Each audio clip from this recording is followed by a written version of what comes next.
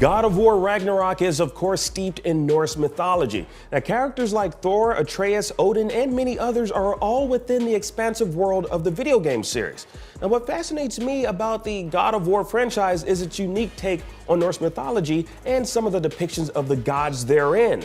Now, throughout its history, the God of War franchise has subverted the mythology of different cultures in a way that we've never seen done with such attention to detail related to the source material. Now, bringing gods like Thor and Kratos' son Atreus, aka Loki, into the God of War pantheon are ones I think are well worth highlighting to explore how they in particular have been depicted throughout movies, television shows, and games. Because quite honestly, let's face it, the God of War video game series has done it way better than most, including Marvel. New master, hey, it's Thor again. You know, the god of thunder? Oh, that's right. Yes, go cry to your father, you little weasel. Oh, and for the sake of this particular video, unless otherwise noted, any mention of Ragnarok is in reference to the upcoming God of War game. Not the mythological event, the MCU movie, the Netflix show, the anime, or any of the heavy metal bands, albums, or songs who borrowed that particular name, because this can get confusing. The prophecies say Fimbulwinter leads to Ragnarok. War is coming. I mentioned Marvel off top because, you know what, let's face it, when the majority of people think of figures like Thor or Loki, they almost immediately think of Marvel's depictions of each in the MCU. Now, I personally was never a fan of how Marvel depicts Norse gods because I never think of divine beings as superheroes from another world. Although I guess Asgard is technically another world, and director Taika Waititi had this to say. They're aliens, mate. Look at them. They're aliens. They're space aliens. They're space Vikings. Okay, well, you know what? You can choose to believe that if you will, but I digress. Now let's focus on the appearances. Now in Marvel comics, Marvel movies, etc., Thor's aesthetic is muscular, tall, with long flowing blonde hair. Now taking a look at God of War Ragnarok, Thor's appearance is wider, bearded with red hair, and with a bit of a belly. Now, it gave off Marvel's Fat Thor vibes when we first saw his reveal, which is the only similarity between the two depictions. Wait, don't it look all right? You look like melted ice cream. That and the fact that he wields a hammer, although that changed later on in the MCU with Thor's use of Stormbreaker. Now, throwing a little bit more weight behind it, pun intended, Thor's hefty appearance in the MCU at this particular point was due to him feeling depressed, blaming himself for that now infamous moment. You should have gone for the head. God of War's depiction of Thor is fat because, well, that's how he was built, based on his godly genetics. Now, Thor of mythology is described as having red hair with a beard, and beards in Norse culture were indicative of masculinity. Now, you take a look at most Vikings, the majority were represented with long beards, so you can see that particular notion. Now, Thor's physical appearance in God of War Ragnarok is far more accurate to the mythos and is rather fitting for the world created in the God of War video games. Now, while I've never been a big fan of how mythological figures are depicted in the Marvel Cinematic Universe, I still applaud their inclusion. Yes, because in some instances, the MCU has managed to acknowledge a few elements from the source material. Loki, for example, was an amazing Disney Plus series where we were introduced to different variants of Loki. Hello. Now, in Norse mythology, Loki's shape-shifting abilities render him quite malleable, meaning he can take various different forms. And we see this in the Disney Plus series, with Alligator Loki being one of my personal favorite variants. I loved him. Now, Loki within the God of War franchise has yet to rear his head, at least by that particular name. Now, Atreus' mother wanted to name him Loki, which means Atreus is likely the God of War Ragnarok incarnation of the Norse god and will likely be explored in depth in the upcoming game. Now, as to whether or not the MCU's depiction of Loki is superior to that of God of War's remains to be seen, at least until the video game is released. Now, Ragnarok's setting taking place during the ancient times of Scandinavia is what makes Ragnarok feel more accurate than the MCU's placement of these Norse gods in modern times, in our world. But what kind of vibe do you really get when you take a character out of the days of yore and place them within a more futuristic setting? Like, does it even feel the same.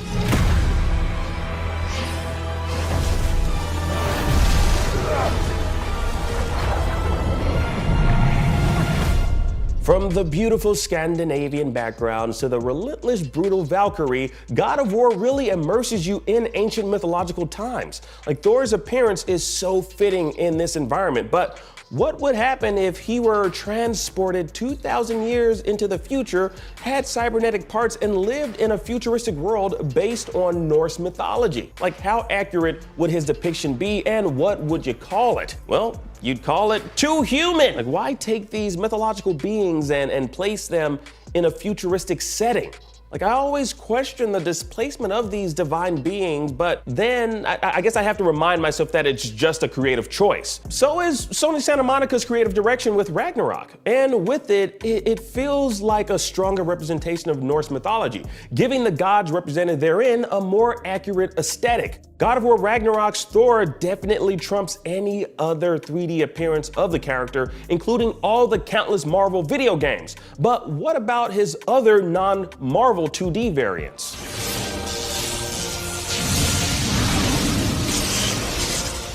Thor has appeared in anime like Record of Ragnarok, possibly sporting the largest Mjolnir anyone has ever seen. He's also made his appearance in DC, both in the Sandman and Wonder Woman line of comics. Now, each of these representations of Thor hold close to the source material and yet differ vastly from one another. Like, for example, Record of Ragnarok's depiction of Thor has Thor with a sleek, muscular build, red hair, but with a beating frickin' heart located within his hammer that can grow to an exaggerated size. You know, you can always count on anime to make everything over the top. And taking a look at DC Comics' depiction of Thor, it seems they took close note to the Norse mythology, similar to Santa Monica Studios. Now, while these depictions in the DC pages and displayed in the aforementioned Netflix anime were great, it seems Thor is primed to really set things off more than these variations have when he takes up arms against Kratos in Ragnarok. Now, after all, we're entering Norse mythology's version of End of Times here with Ragnarok. Now, this is essentially hell on earth, and Kratos will undoubtedly have to answer for his actions stemming from the previous game. And with it, we're getting what I believe to be the most creative take on Norse mythology we've seen across any form of media. Now, what started off as a mere revenge story against the God of War has transformed into a father-son tale of survival and keeping one's tormented past a secret in order to find some semblance of normalcy. But of course, the gods talk. You know, they're up there talking, and ain't no way those deities weren't aware of a god-killing guy roaming around in the land of the mortals. They were aware of you, Kratos. Come on, you can't hide forever. I do not need you to protect me. Anyways, Santa Monica's ability to remain accurate to the source material while infusing it with its unique and creative take is something special, and honestly, I gotta say, it's a sight to behold. Now, taking a look at all these other representations of both Norse gods and mythology from other creative sources should give you a better appreciation of what Santa Monica Studios is doing and has been doing with the God of War franchise. The accuracy and attention to detail from what we've seen so far is stunning and should get anyone, and I mean anyone who has been a fan of the franchise since its humble beginnings, hyped to help Kratos as he continues to eradicate every single freaking god he encounters. Now, we'll see if Thor is a formidable foe and if he survives God of War's version of the endgame. Thankfully, we won't have to wait too long. To me, it's one of the neatest things they did was decide to go in a different direction with portraying Thor. So I almost feel like Thor's about to ask me if I even lived, bro. My name is Jackson Crawford. I'm a specialist in the Old Norse language and Old Norse mythology, previously teaching at UCLA, UC Berkeley, and the University of Colorado Boulder, and now a full-time public educator using YouTube and my books and other means of spreading good information about these subjects that are so popular, but often subject to a lot of misinformation in the wider world. There are so many modern interpretations and retellings of these stories, and so often those interpretations and retellings are layered on top of one another. So you get so-and-so's take on this, which is influenced by so-and-so's take, which is influenced by so-and-so's take. I think if it looked too much like Marvel's Thor, it would almost be a shame. To me, it's one of the neatest things they did was decide to go in a different direction with portraying Thor. So, you know, I've seen guys who lift who look like that. Yeah, I'm not going to object to that, but to me is kind of a fun, different spin they're putting on it. But one thing I'll point out is that never in our medieval written sources do we get a comprehensive description of what any of the gods look like. The closest we get is with Odin, because Odin shows up in so many sagas of human heroes that sometimes he's described as this old man leaning on a staff with one eye, long gray hair, usually wearing blue or gray, usually with his face covered in some way by a big hat or by a cloak. So Odin is sort of described. But the other gods, at best, we get their hair color, right? And that's what we get with Thor, is he's red-haired. And that is all I could really tell you, except that I would expect him to look strong. And here he does look strong, right? I mean, the belly doesn't detract from that. And in fact, I think that it kind of makes him look more like the guys who would really ask me, do you even lift, bro? And I think also very often our depictions in popular culture of these gods lean on one another so that it would be almost a cop-out for him to look too much like, say, the Marvel Thor, because it's leaning so much on how Marvel interprets his character. I think to give a completely different spin on it and have him look rougher around the edges, a little bit more like a real-life gym rat maybe, is an interesting and compelling new take, and it doesn't contradict anything in our sources. So I think that it's kind of cool.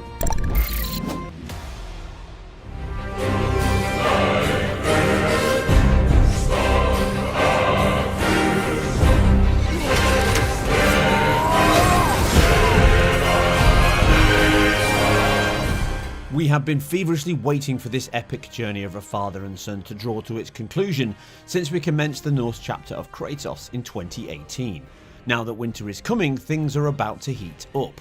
Cross-generation remains in Ragnarok, but is this going to be a winter of discontent for PlayStation 4 and Pro owners?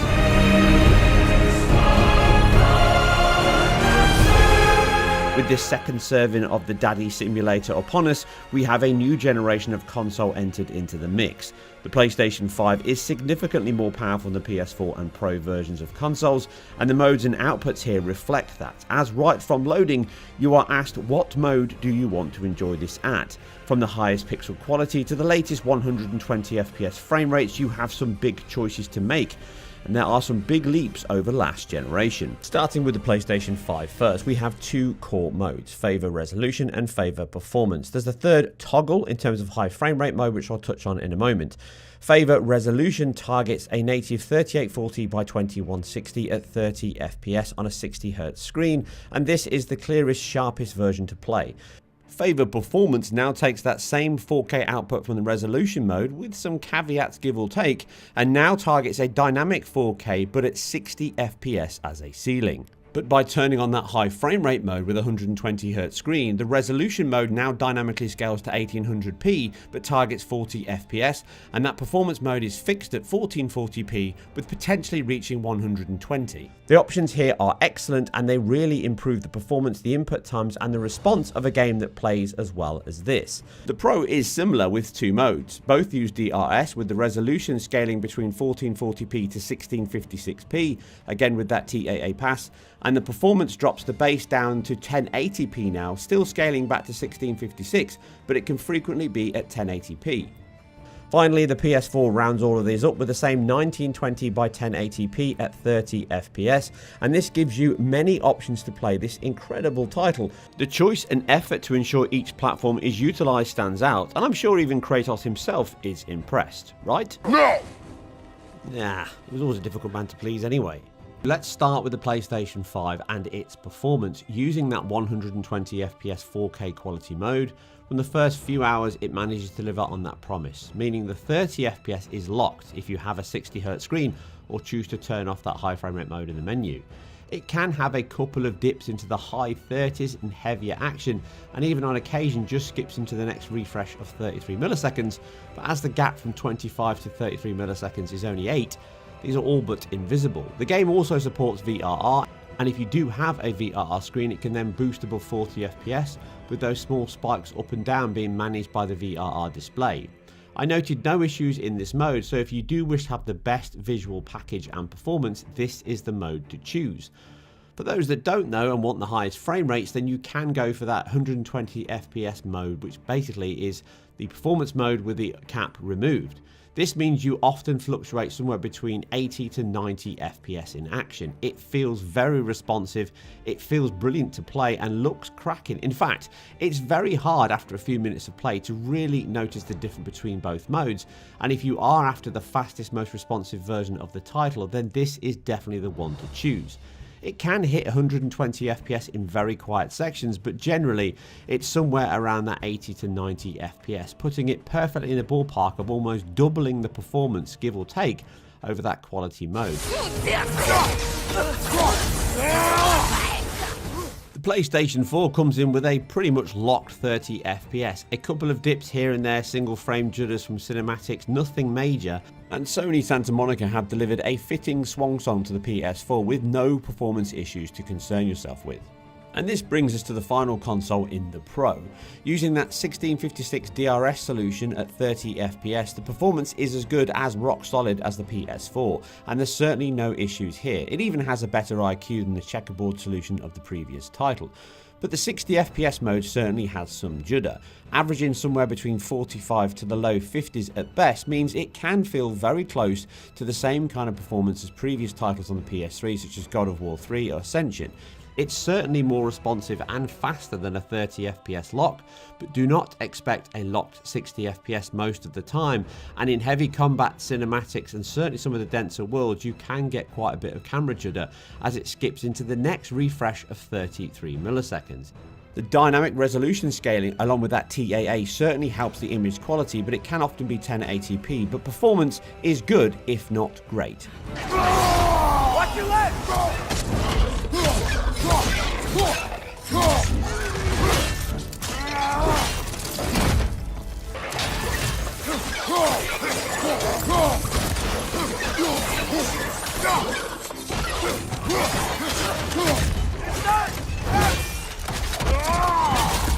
The core assets, the character models, materials, exceptional particle and visual effects, animation are all close to identical no matter which platform you continue your journey on. And from that perspective, the fact the base PS4, a piece of hardware over 10 years old now from a technological build perspective, still offers such incredible visual and performance levels is more than worthy of applause. Even more impressive is the fact the team have improved many areas over the original 2018 release. A big area of the game's exhaustive special effects is its heavy reliance on GPU accelerated particles. From dead bodies decaying away that use an alpha blended test that collide with particles to allow each body to dynamically and dramatically decay, this is increased in Ragnarok, with prophecy sequences amongst others have an exuberant amount of particles spawning, colliding and glowing from PS4 to PS5. The FX suite the team has access to and leverages so well provide one of the game's core visual identity pillars, and the central single shot camera system ensures you are always front and center of each blow, and it's always incredible.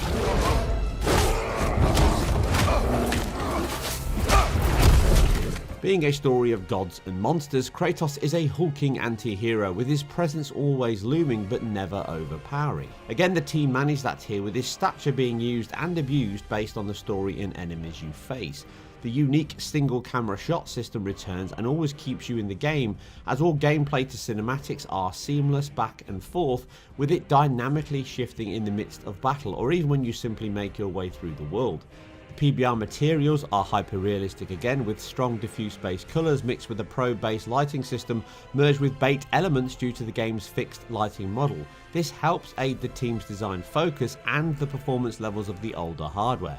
To aid the quality and dynamic nature of the gameplay, the engine uses a mixture of shadow maps and then screen space shadows and screen spaced ambient occlusion. So my name is Bruno Velasquez. I'm the animation director at Sony Santa Monica.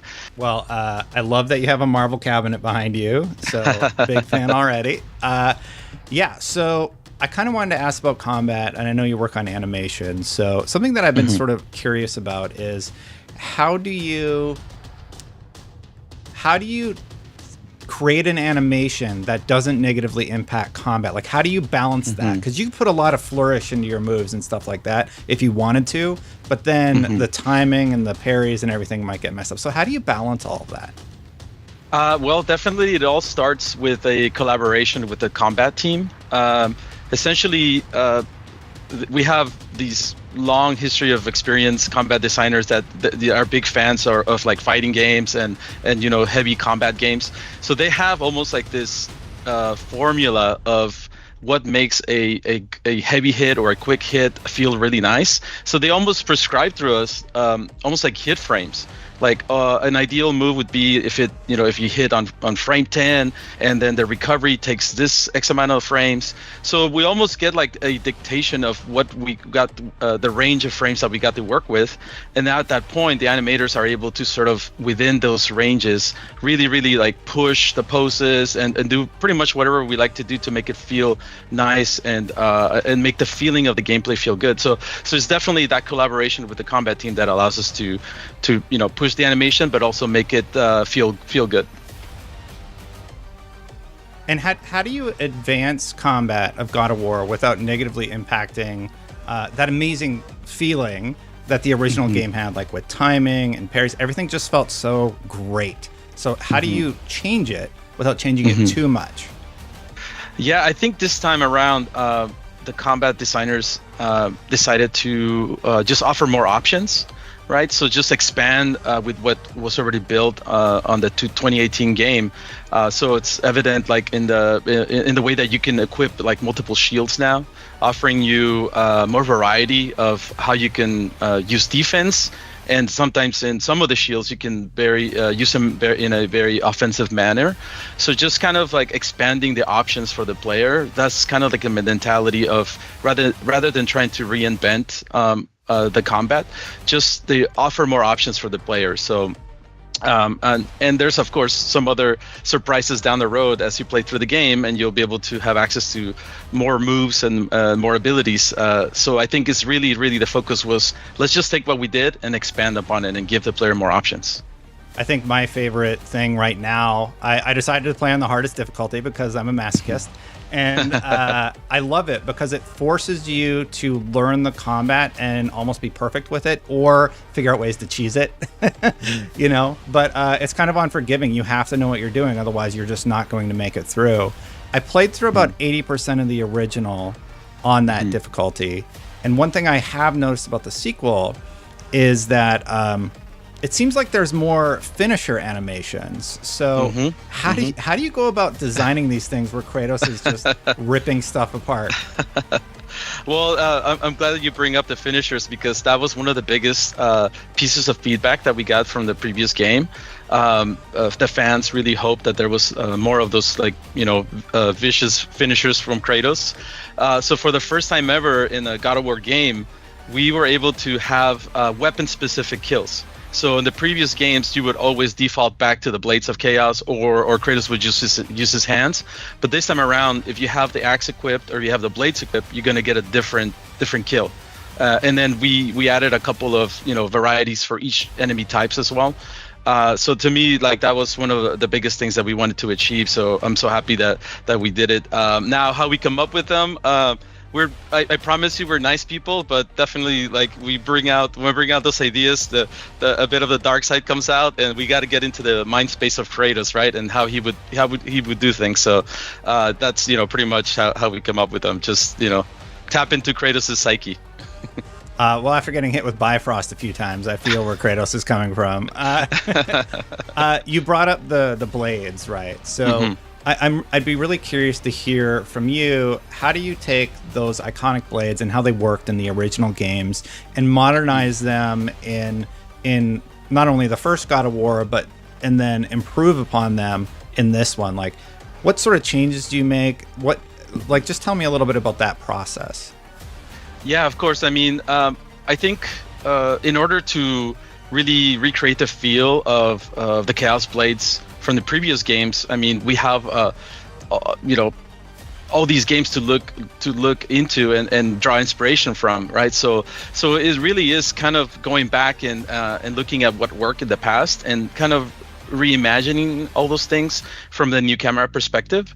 As you can see in God of War Ragnarok, now we have a lot more of a traversal and mobility that can be used in combat as well, so that you can grapple up to ledges and pull yourself up, which adds more verticality to the combat. And that's obviously an inspiration from the previous games, right, where Kratos could do that before. We wanted to sort of like draw inspiration from those old games and see how we can bring back some of those fan favorite moves. So it's really just drawing inspiration from the past and reimagining them to how they would work on the new camera perspective and systems. It does seem like with Ragnarok that maybe it's just me, but there seems to be a bit more of a focus on juggling and stunning as opposed to pure damage. Maybe that's just how I'm playing, but is there any truth there? Yeah, I mean, again, going back to providing options for the player, there are certain things you can equip and certain things that you can do that can either deal more damage, so to just, finish the enemy, or you can apply stun. So that you can get, and the cool thing about stun is that that's how you get to the cool finishers. So and you can actually finish enemies much faster if you stun them and then get to the finisher quicker. So again, it's offering options for the player. So yeah, some things will allow you to deal more damage, some things will allow you to deal more stun. So it'll be fun for the players to see, what play style they pick and what they gravitate towards. So for me, I think God of War has one of the best mixes of combat. The gameplay is largely the combat and puzzle solving and exploration too, but combat is very important. I'm curious, how do you mix some of the best storytelling animation with some of the best combat animations for gameplay? Like, are there different strategies that you utilize when doing like the cinematics and those sort of moments? And how do you blend that seamlessly into combat? Maybe you just talk a little bit more about that aspect. Yeah, so we have a very talented group of animators and as well as narrative designers, and we have a dedicated narrative team that focuses on delivering, working on the cinematics, delivering the story, and of course a separate group that focuses on making the combat feel good. So I think having those kind of specialized teams focusing on those areas really helps. Now, of course, we need to make sure that they merge and they work well together. So I think a lot of the philosophy is that whereas perhaps in some of the older games there was a clear divide between like, oh, now I'm fighting and now I'm in the story. We try to approach God of War Ragnarok with the story never really ends. So you're always being told the story, even through combat, even through encounters, dialogue that happens between the characters outside of combat and the cinematics, like while you're exploring. So we just always think like, okay, the story should never really end. There shouldn't be a clear divide. So I think by having that approach, it helps us to sort of blend the two together and string them together. Is part of that strategy having the one camera? Do you do camera switches in this one, or is it one shot? So we continue the goal that we set out to strive for on 2018 of doing the whole game with a seamless camera, and we have done that again for God of War Ragnarok, which was very, very challenging. It takes a lot of planning and setup ahead of like shooting our cinematics and a lot of collaboration with all the teams. So like, okay, this is where this is going to happen in the level, and you're going to transition from here to here and go over there. So there's a lot of planning ahead of shooting those scenes and collaboration. But yeah, it was difficult, but I'm glad that we were able to pull it off one more time. And again, it's so that the goal of that is so that the player feels that they're going along in that journey with Kratos and Atreus, and that you never really leave their side. We wanted to achieve that for sure. Yeah, I love that actually. God of War is one of my favorite franchises ever. In case you're curious, used to have a God of War 2 poster on my wall, like in college and stuff. But I was sort of curious, were there any challenges working with, what's the right word for it, like furry animals like wolves as opposed to bipedal characters? Yeah, of course. It's always a challenge to create characters that are not humanoid characters. Like that's always more challenging. We did have a one enemy type last game that was like a wolf. It was like one of the smaller enemies. But this time around, in this game in Ragnarok, we feature a lot more wolves, and as you will see once you complete the game. But this time we want to make sure that we did. Capture the essence of wolves as best as we could. So even early on in 2018, we had the team of animators go out to a place called the Wolf Connection, where we got to spend a day interacting with wolves and learning about them, how their behaviors are, how the interactions with humans are, because we wanted to make sure that in this game, since Kratos and Atreus actually ride a sled being pulled by wolves, and it's essentially they're part of their family, we want to make sure that we depicted that relationship accurately and as best as we could. But yes, of course, always a challenge to create creatures that are not bipedal, and but I am very happy that we got a lot more of them in the game, even beyond wolves, for sure. What is, in your mind, the most important part of capturing the emotion that the actors evoke when they're playing out these scenes? Like, for you as the animator, how do you translate the data that you get from those performances into a compelling scene in a game engine? Mm-hmm. Well, I mean, we use the process of motion capture. We bring the actors to the stage. We do everything at once. So we capture the body, the facial expressions, the voice performance, and as well as the camera movement all at once. And I think that makes it a lot easier. So this is why we need to pre-plan our scenes very well, because it's almost like shooting a play essentially on a stage. Everybody needs to know it's like a dance cards. They need to know where to stand and where the camera is going to be. So I think because of that, because we capture everything at once, it is a little bit easier once we get all of that to get it into the game engine. However, most of the work is on the planning ahead of shooting the scenes, and that's what makes it challenging. But it's always important to try to get the actors to really drive those performances, and Chris Judge and Sonny Soljic have done a really excellent job of depicting Kratos and Atreus once again. Were there any actors that sort of caught you off guard and surprised you with their performances? I mean, I think all of the actors surprised me because they really brought something special for each character, and that's something that I'm really happy that we were able to expand our cast. It's much bigger than the first game, and we have a lot of really great interactions between all the different actors. They all kind of get their moment to shine with their characters, and I can't wait for people to just experience some of the performances, some of the scenes that we shot. I think I hope that the fans will enjoy them as much as they did on the previous game. How does it work? Because you have to work really closely with the narrative team, the actors who are doing the motion capture, the combat team. You have to do all these different types of animation. Yes. So what's that collaboration process like? Yeah, well, definitely there's different approaches. I sometimes when doing combat or doing cinematics, I have to kind of switch my brain a little bit on how we shoot things and how we approach things. But one thing that is consistent is that, especially for characters like Kratos, and we try to do this for all the characters across the board, we try to keep almost like a rule set or a Bible for each character, so that there's like do's and don'ts, right, on how they move and the way they behave, the way they stand, the way they draw their weapons, right? All that needs to be consistent. So my role is to be there on stage and make sure that is like carried across, even from the stunt performers over to Chris Judge's performance, and I collaborate with the narrative team, who are more focused on making sure that the dialogue and the performances are there, as far as like selling what needs to be sold on this particular scene. And of course our game director Eric Williams is there to make sure that everything all comes together. But yeah, I am really focusing more on making sure that all that consistent movement gets carried across, whether it's combat or cinematics.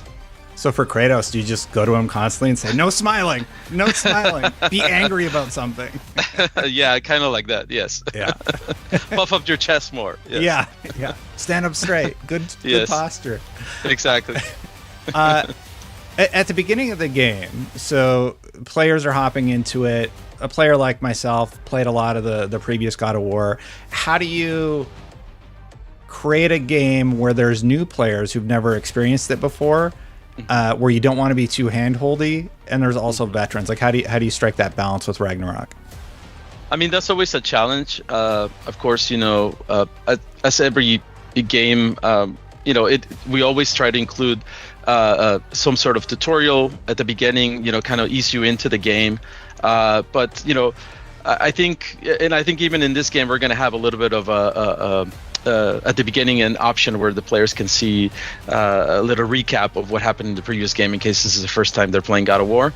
I think what we're going for, especially with the Norse saga of games, is more of we're trying to draw people in with the story, with the relationship of Kratos and Atreus. Even though there's all these bombastic, battles and gods, and the setting is very epic. Really, in the end, we want to just create a story about a relationship between a father and the son, and hoping that is a path for people to sort of be introduced to God of War in a new way. Yeah, for sure. So with a character like Atreus, he's smaller, he has to be really responsive to your button presses. Well, I'm to the point where we can't talk about it, but how do you animate him when you're controlling Kratos so that it looks natural? Because he doesn't really like jump to anything. Everything he does seems like a normal fluid movement, as opposed to like he doesn't like teleport across the screen or something like that. How do you strike that balance of having him respond to an input from the player acting as the Kratos character, the Kratos? Yeah. God, oh yeah, no. No, so I think we have the unique advantage that Atreus is primarily a ranged character, so that helps a lot, right? So he doesn't need to necessarily close the gap every time you hit the button. He can rely on his trusty bow and arrow. However, this time, we also wanted to expand his repertoire and to show him that he's more of a seasoned fighter now, that he's been training with Kratos for like 3 years during Fimbulwinter. So we actually added a lot of melee moves for him as well, so that when you're near the enemy, doesn't feel like he's just only relying on his arrows. So then we have a lot of cool melee moves. He still jumps on the enemies and holds them like in 2018, and there's options there where like we allow Kratos to even command him a little bit more than he did in 2018. So I think just the fact that he has both range and close-up melee, it allows us to sort of make it feel more natural that he's collaborating and helping Kratos during the fights. Everything you've created is, of course, challenging, but was there a particular problem that you encountered that was really hard to just get exactly how you wanted it? Oh, wow. There's so many of those. But of course, one of the biggest challenges was introducing a new vehicle like the sled wolf, right? Because we wanted to make sure that it felt very, very easy to control and very natural. We wanted to make it also fun, a fun like diversion and experience, something that was different than the boat. And that's definitely worked on that particular vehicle for a very long time. But we really, really wanted to give the player, especially since we're going to be revisiting the Lake of Nine and in Midgard once again, we wanted to make it feel fresh. So this is why it was very important for us to get that sled, feeling really good and allowing the player to have this cool open space to explore. But definitely it took a while to get it to feel, a lot of play testing to get it to feel just right. And hopefully players enjoy driving it as much as we enjoy creating it. Is there something that besides the sled, is there something that you're incredibly proud of on this one? You're like, oh wow, I'm so happy that this turned out so good. I think there's several things that we set out to achieve at the beginning of 2018, or at the beginning of Ragnarok, I should say. And that one of them was, we want to go to all 9 realms. And we were able to achieve that, right? Because that was kind of like a promise that we sort of teased in the first game. So now you get to go to all 9 realms. Another thing is that the enemy variety is much bigger this time around. That was something that we got feedback on 2018. So now there's more bosses, there's more mini bosses, there's more enemy variety in general. And then personally for me I always wanted to get those weapon specific kills since God of War 3 back in the day. Like I always wish there was like a Cestus specific kill. So getting those in with the axe and the blades and on God of War Ragnarok, like that to me, I'm super happy, and I hope the players enjoy seeing those finishers as much as we enjoyed creating them. I appreciate it very much as somebody who adores the combat, right? Yeah, did you work on Ascension? I did. Yeah, I've been working on God of War games since God of War 2 on PlayStation 2. Oh, heck yeah. So, yeah. God of War 2 is pretty incredible.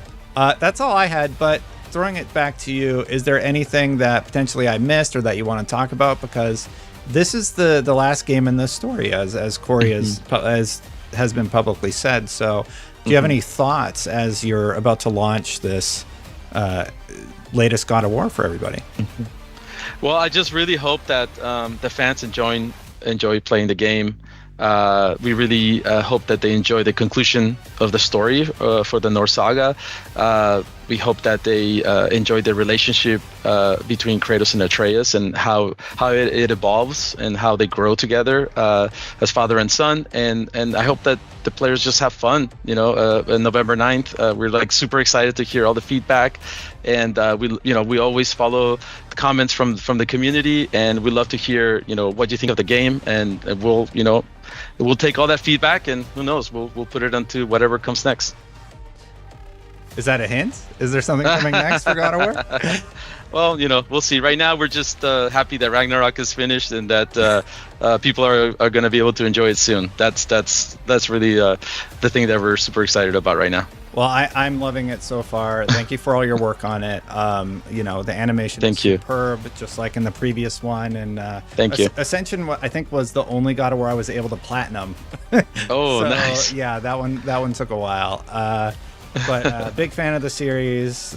Definitely part of the reason I do what I do today. So, thank you so much. Yeah, thank you. And I'm also a big fan of you, and I follow you on YouTube and on Twitter. So, thank you for your content. Yeah, no, I love what you guys do. So, thanks for everything. Thank you. About time.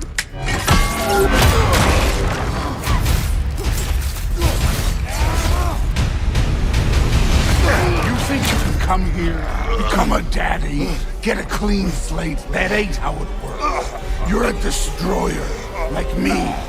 How do you follow up on one of the greatest video games of all time? Sony Santa Monica finds itself in a situation not dissimilar to when Francis Ford Coppola created the sequel to his mob movie masterpiece, The Godfather. Like part 2 of the Corleone story, God of War Ragnarok puts a fierce, younger member of the family directly under the microscope. In doing so, it manages to reach the heights of its predecessor, and in some ways, even tower above it. The writing, performances, and music are each exceptional, bringing this expansive Norse tapestry to life. But even as it holds your heart in one hand with its elegantly told story, it's crunching bones in the other with fantastically ferocious combat. It all binds together to forge a monumental action epic that adds yet another impressive landmark to the video game landscape.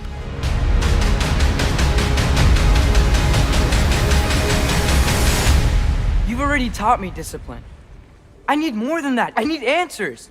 Answers you don't have. Answers only your mother had. Keeping things broad and spoiler-free, Kratos' story picks up a few years after the final revelations of 2018's God of War. The apocalyptic Ragnarok is coming, and its events circle around his son Atreus like one of Odin's ravens. Ragnarok wastes no time in stepping into the action, and after a breakneck opening battle, the first step of this new journey is to leave the frozen realm of Midgard behind and find a missing Norse god in the broader and varied universe. It may not be as tightly a told story as 2018's, but Ragnarok has much grander designs. This is a sprawling epic that always keeps things on the move without ever becoming disorientating, gluing me to the edge of my seat as it repeatedly toyed with expectations. It's an ambition regularly met by stunning execution, with a momentum that never slips as you hurtle towards its bombastic ending. This journey took me just over 28 hours with a fair few side quests completed along the way, but with plenty still left to do afterwards. Prophecy and sacrifice swirl at the story's centre, as it repeatedly prods at the concept of destiny and whether blood runs thicker than the ink that pens it. It doesn't merely offer up surface level readings of these themes. Instead, each character and their motives are given the respect they deserve by delving in deep. It's a truly special and fittingly grand conclusion of Kratos' Norse saga. Despite being laden with myth and melodrama, there's still plenty of time for welcome pockets of self-aware silliness that almost always elicit a laugh. Whether that be another bizarre dwarven contraption or the simple thrill of Kratos eating a sausage. When not eating dinner, Kratos' thunderous voice actor Christopher Judge frequently engages in smartly realised dialogue with his equally impressive castmates. Make no mistake though, this is firmly Judge's court, and one he frequently dominates. Kratos' traumatic personal history is reflected in everything from his mournful tone of voice to his appearance. Atreus! Listen to me.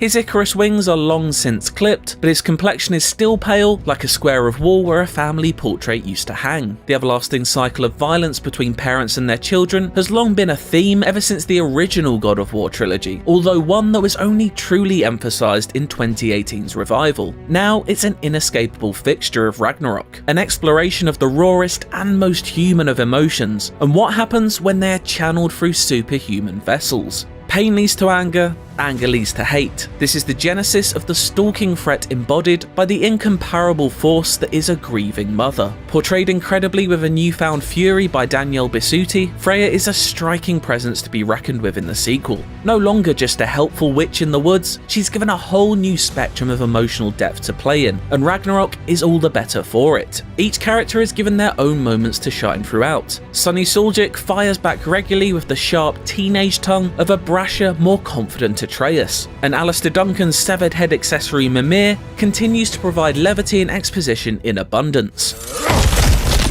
Back to smashing through things for fun and profit. Lovely. Various newcomers to the vastly expanded cast also deliver fantastic performances, with a particular standout being Leia Hayes, radiating infectious energy from the mysterious Angerboda. The foul-mouthed Brock and skittish Sindri provide pockets of humour, as well as a lot of genuinely helpful info along the way as they play a much more central role in the story this time around. Also returning is composer Bear McCreary, whose score, like the Dwarven Smith brothers, goes hammer and tongs from the first moment to the last. There's some truly beautiful music to be heard along the journey, as well as explosions of raw orchestral power during intense fight scenes. Layered writing, impeccable acting, and stunning set design are all crucial aspects in driving God of War's filmic aspirations home, but they're also never let down by the rock-solid technical craftsmanship at work. The one continuous camera shot style of 2018's reboot returns, impressively snaking through the entirety of Ragnarok as if mimicking the world serpent Jormungandr himself. My goodness, what a strapping physique. Capable of an astounding variety of acts of violence, I imagine.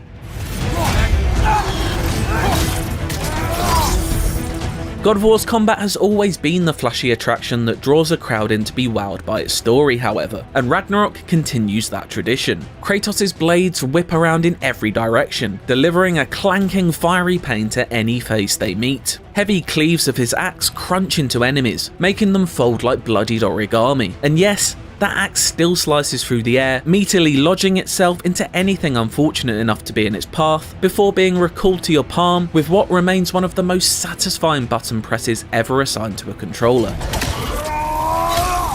It's all unapologetically fast and undeniably glorious, harking back to the brand of frantic action in which the series was originally rooted. But even with that slight shift to old school action, Ragnarok's eyes are still drawn more to the shimmer of Nathan Drake's gold rather than Bayonetta's platinum. Cinematic spectacle takes precedence over the chaotic, bordering on cartoonish action of old. The axe feels largely similar to how you remember, and that's no bad thing with its dynamic mix of heavy attacks and ranged power. But how you wield the blades is noticeably different. There's a greater emphasis on using them to hook enemies and maneuver them around the arena, whether that be dragging them in towards you or juggling them in the air like the hottest of potatoes. They're much closer to how they felt in the original games, a nostalgic moveset with a brilliant modern edge. Both weapons have new tricks to show off too. You can Frost Awaken the axe by holding in the triangle button to power up your next attack, or mash the same button while the blades are equipped to ignite them. Even the shield is now more of an offensive tool, and different types can be bought and crafted to fit your playstyle. Runic abilities, special cooldown attacks assigned in your inventory, also return, and while there isn't the same abundance of choice this time around, each is devastatingly effective. Brutal finishes on stunned enemies are another enjoyable throwback to the God of War of old. There's noticeably a good amount of variety in the randomly chosen weapon-specific animations too.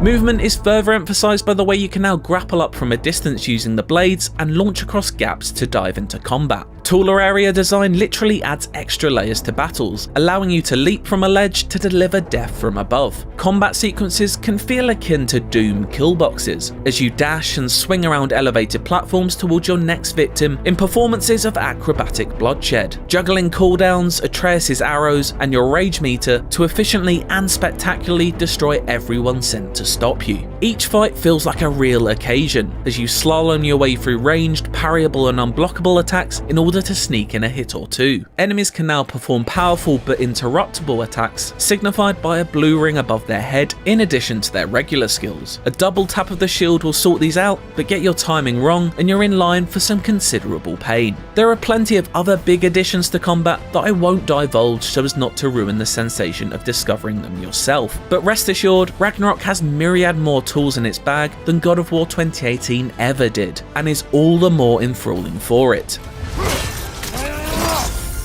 It all feels exceptional when in full flow, often mesmerising with its top tier action drenched in rhythmic brutality, and is quite simply the best combat I can remember playing in a game. And that just goes for the regular fights. Boss battles are of both a higher quantity and quality, including one encounter that makes the opening Stranger fight from 2018 look like a playground scuffle. It's not just the story bosses either. I fought massive alligator bastards called Dreki on more than one occasion, which were a real event to fight and more of a challenge than 2018's Trolls ever posed. It's great to see sprinklings of that old school monster mayhem thrown into the mix, which manages to successfully offset some of the more serious stretches of the story. Smart new puzzle ideas are consistently introduced, and building complexity throughout as more abilities are added to your arsenal. They're often fun and never in danger of slowing your progress to the detriment of the plot. But even so, Atreus or Mihir can't help but come in with a hint far too early and sometimes rob you of that satisfying aha moment.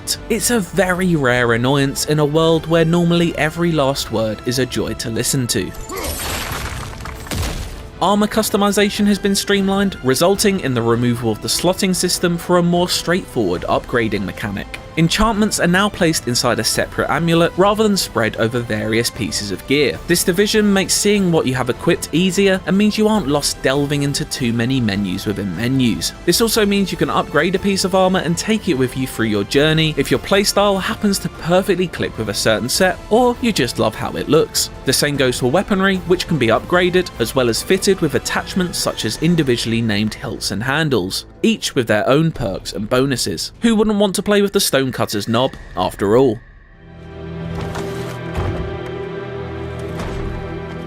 Realms old and new are regularly a sight to behold, many looking torn from the pages of fairy tales, stocked with oversized flora and fauna. There's an extra effort to delve deeper into the mythology this time around, and as someone who's a fan of the Nordic source material, it's a real pleasure to see all of the different interpretations of creatures, people and places they inhabit brought to life in all manner of delightfully weird ways. For example, the dwarven city of Nidavellir is a welcome rural change of scenery, with its many homes and tunnels that Kratos must amusingly crawl around in. It's at the centre of the rocky realm of Svartalfheim, where waterways weave through islets littered with bubbling geysers. There's a real sense that this realm was ripped right out of the Old Norse poetic Edda's home of Iceland. Those geysers are also key to solving many of the puzzles in the region, as you freeze them to create stepping stones and manipulate machinery. Quirks like this help in making each place feel unique. Similarly, fun ideas are introduced in the returning Alfheim, such as reflective crystals that you can ricochet your axe off of to open doors, or even use to blindside unwitting opponents in combat.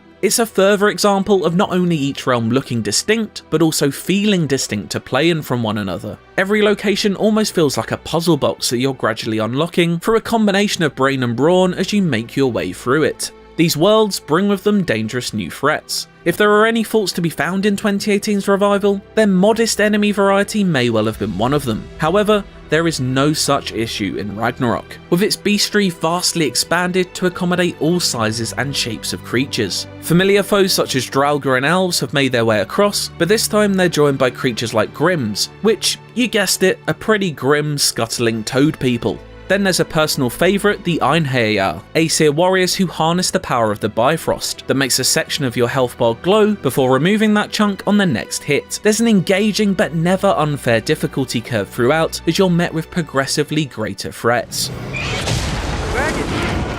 Well, at least it's attacking someone besides us.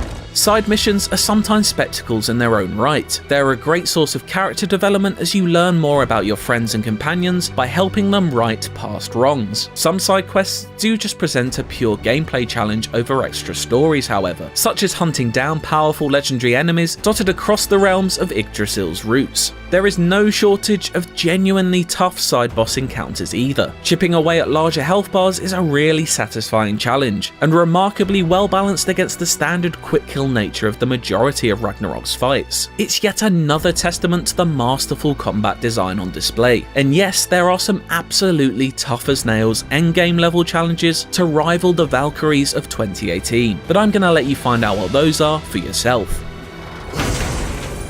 There's a substantial slew of collectibles to clean up as well, with Odin's ravens, puzzle chests, artifacts, and much more to find in every corner. There's a ton to be done after the main story has been brought to a close, all of it incredibly Moorish and fun to complete. Ragnarok never once rests on its laurels, throwing new ways to play at you until the very end. Despite having a seemingly endless amount to praise here, I really have barely scratched the surface of what God of War Ragnarok has to offer. I'm deliberately omitting dozens of secrets and surprises. I wouldn't dare spoil what's to come for anyone booting it up for the first time, but rest assured there are both huge story moments and fresh gameplay additions that live up to and often surpass expectations. Taken all together, much like The Godfather Part 2, God of War Ragnarok delivers not only a chapter that reaches the lofty heights of its predecessor, but leaves it impossible to imagine the series without it.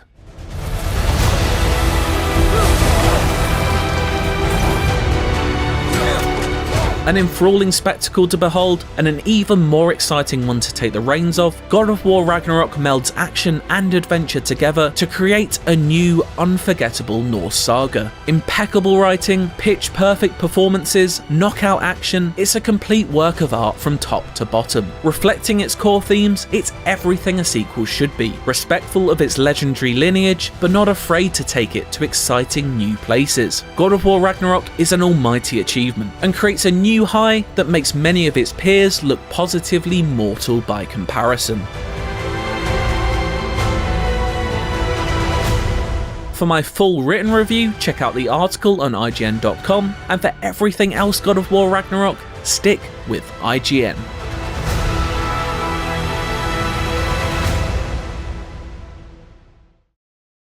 Launch day for God of War Ragnarok is finally here, and today we'll be looking at some early portions of the game. We also have some very special guests joining us. We're very excited to be sitting down with Sony Santa Monica here on launch day to ask some questions about creating Ragnarok, and we'll get a chance to chat with the game's director, Eric Williams.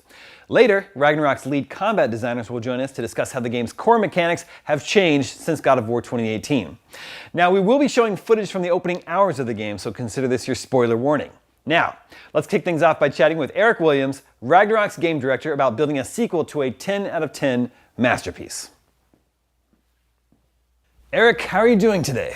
Quite well. How are you? Great. How does it feel to finally launch God of War Ragnarok?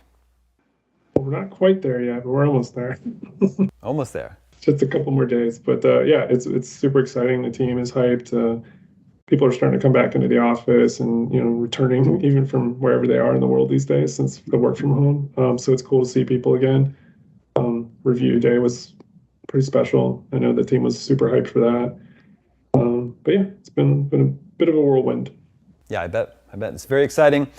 So getting into it, the Aesir gods are incredibly influential in modern pop culture. How do you keep your interpretations original for those who feel they've seen all these characters before while also staying true to Norse mythology?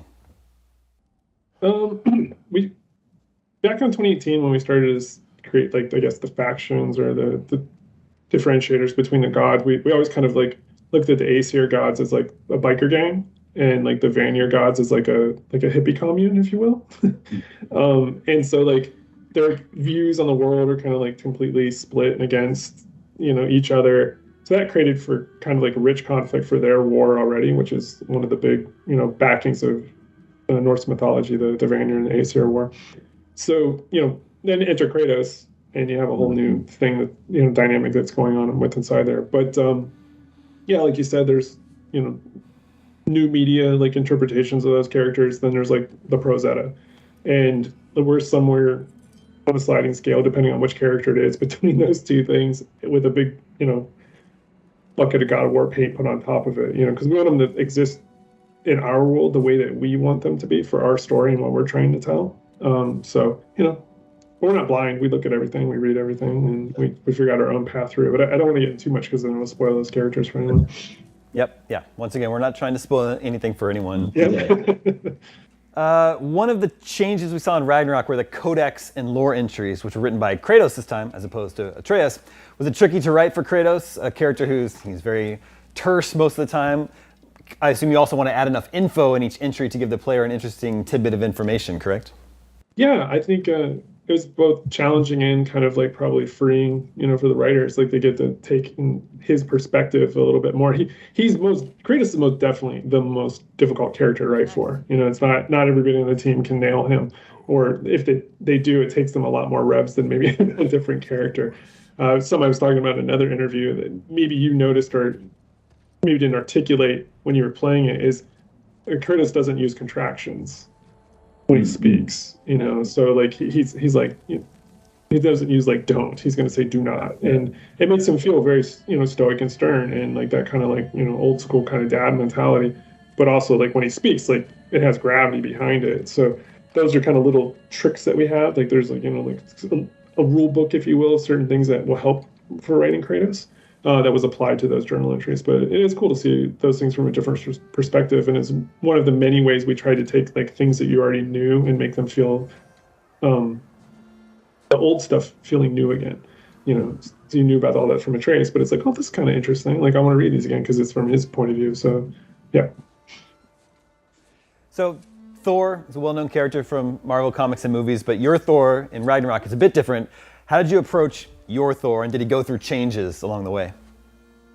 Yeah, I think the big thing a lot of people weren't expecting is, I guess, the way he looks. You know, is the first thing we revealed to people. And a lot of people thought he was going to look like the way he did in the, you know, dream sequence from 2018. But that's exactly what it was. It was a dream. The kid dreamt that, and the only thing he had seen of Thor was Thor in the lake, the big statue. And as you know, if you're ever going to have a statue made of yourself, it's probably going to be on your best day, not your worst day. So, you know, Thor's, you know, best days looks-wise potentially might be beyond him, but it doesn't matter. He's grown a bit round, but he is still ever the force of nature. And I just wanted him to be this like brutish man-child. You know, he doesn't have to worry about anything in the world. Nobody can deal with him. He has no peer, essentially. You know, that does something to a person. You don't really have to play by any rules whatsoever, you know. So he's, you know, going to be that guy. I don't want to get too crass, but, you know, he is going to drink and do what he does and make merry of everything. And I think that's a fun place for our Thor to be. But there's a lot more layers to him, again, that especially that Ryan brought out of Thor. And I can't speak highly enough of Ryan's performance. I think he was absolutely incredible as Thor. So God of War 2018 was directed by Cory Barlog, and you took over directing duties for Ragnarok. How would you say your directing styles differ, and are there any sort of major changes that you implemented for the sequel? Yeah, I mean, our directing styles are quite different. You know, Cory's a creative at his heart. You know, he's an actor, he's a writer, he's an animator, he's all those things, and I'm like more of an engineer at heart. I think, you know, I come from math and science backgrounds and design, and so the way we approach problem solving is different. But Cory and I have worked together for 20 years, and we've always kind of been like two sides of a coin that balance each other.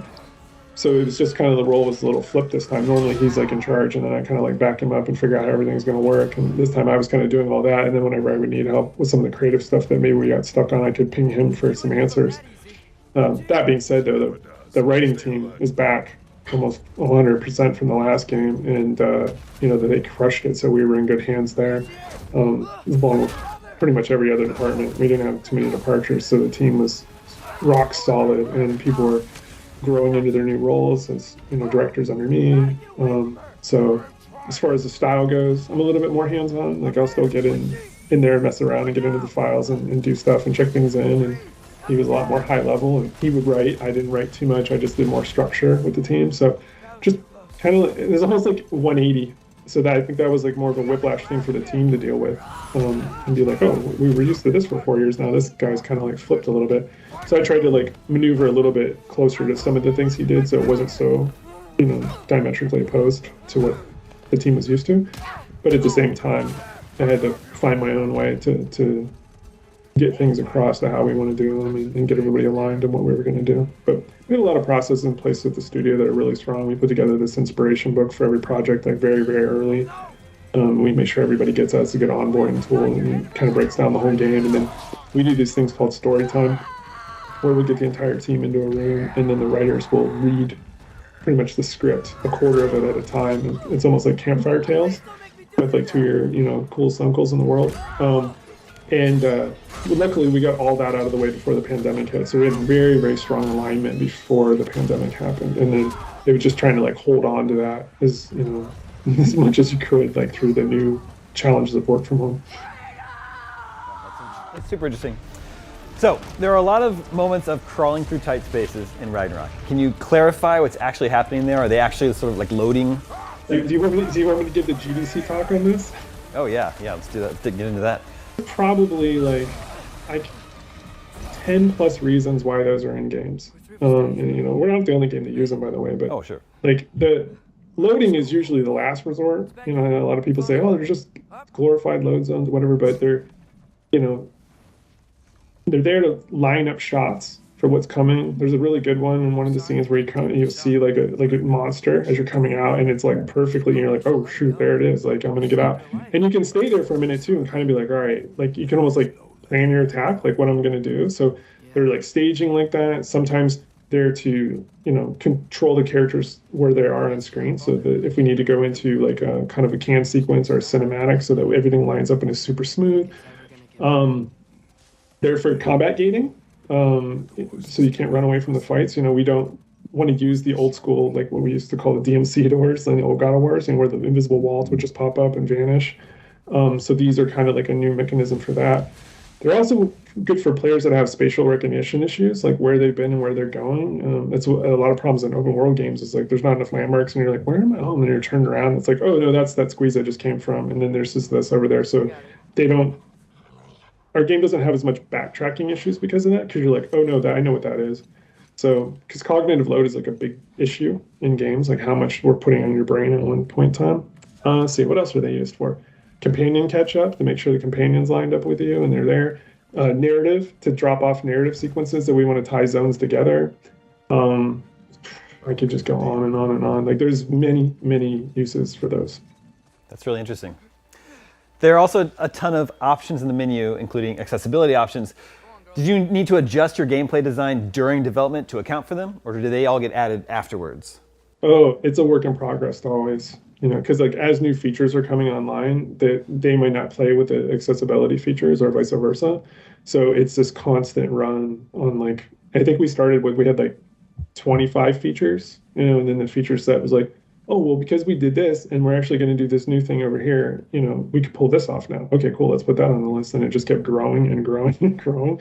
And more the team kept buying into it as well. They were like, oh, wow, like this will help any player, let alone like someone that really, really needs it. And so that's where I think the real benefits started to come from. And we started working with consultants in the community, and we'd have players come in with disabilities and impairments, and even people on the team, that might be colorblind or have motor function issues. They were like, wow, I can play the game a lot better now.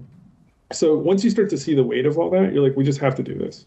It's just the right thing to do for video games. You want more people to play games, like this is the way to do it. And it is also just a giant initiative of first-party games. Like Naughty Dog has been a leader in that, and we wanted to make sure that our games were right up there with them. And Sucker Punch and Guerrilla and all the first-party studios that are out there. Like hopefully one day it'll just be baked into the hardware or whatever, so it's not even like a thing that each studio has to worry about. And I think the more that the studios push for these things, and it really becomes this concrete thing that, it's good for everyone to play these things. Now you're going to get backlash too. Some people are like, oh, these are easy mode things or whatever. It's just silly. It's just trying to start an argument for that reason. It's like, just don't turn them on. That easy. Easy enough. So if we can keep this spoiler free, is there a story element from the first game that has a bigger impact on your journey in the second one that players might not expect? Oh, that's a good question. I mean, we kind of talked about it. I think that just the visual of Thor alone, and it's what he looked like compared to like who he is. He's much more menacing in the Ragnarok than what you saw in the clip from 2018. I think the other ones do get into a bit of spoiler territory, so I think we'll leave those for today. Good question, though. That's a real good question. One to revisit a few weeks from now. Did you feel any pressure to live up to the memorable opening stranger fight from 2018? I don't think pressure is the right word. I think there's just a sense here at the studio always that the first hour should be almost like worth the price of admission alone. And so we put a lot of effort into those things. And, I was a big part of that stranger fight, working with Denny and the animators and all that, like breaking it down, like all the elements that were going to be in there. And so it's almost like you're just trying to one up yourself, but in a way that makes sense. It's not just go bigger. It's like, okay, it still needs to tell a story. Like there's a lot in that first Thor fight, if you really look at it, that's going on behind the scenes that you might be impressed about. Just much like the Baldur fight. I don't know if you know this, but the part when Kratos drops that giant stone monolith on him. If you ever look at that monolith, the art on it, you might be surprised on what's on that.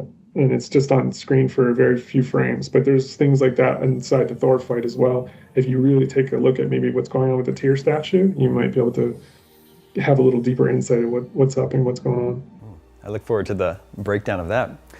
So in between the two games, some time has passed. How has the relationship between Kratos and Atreus evolved, and what do you imagine they've been doing in the years between the games?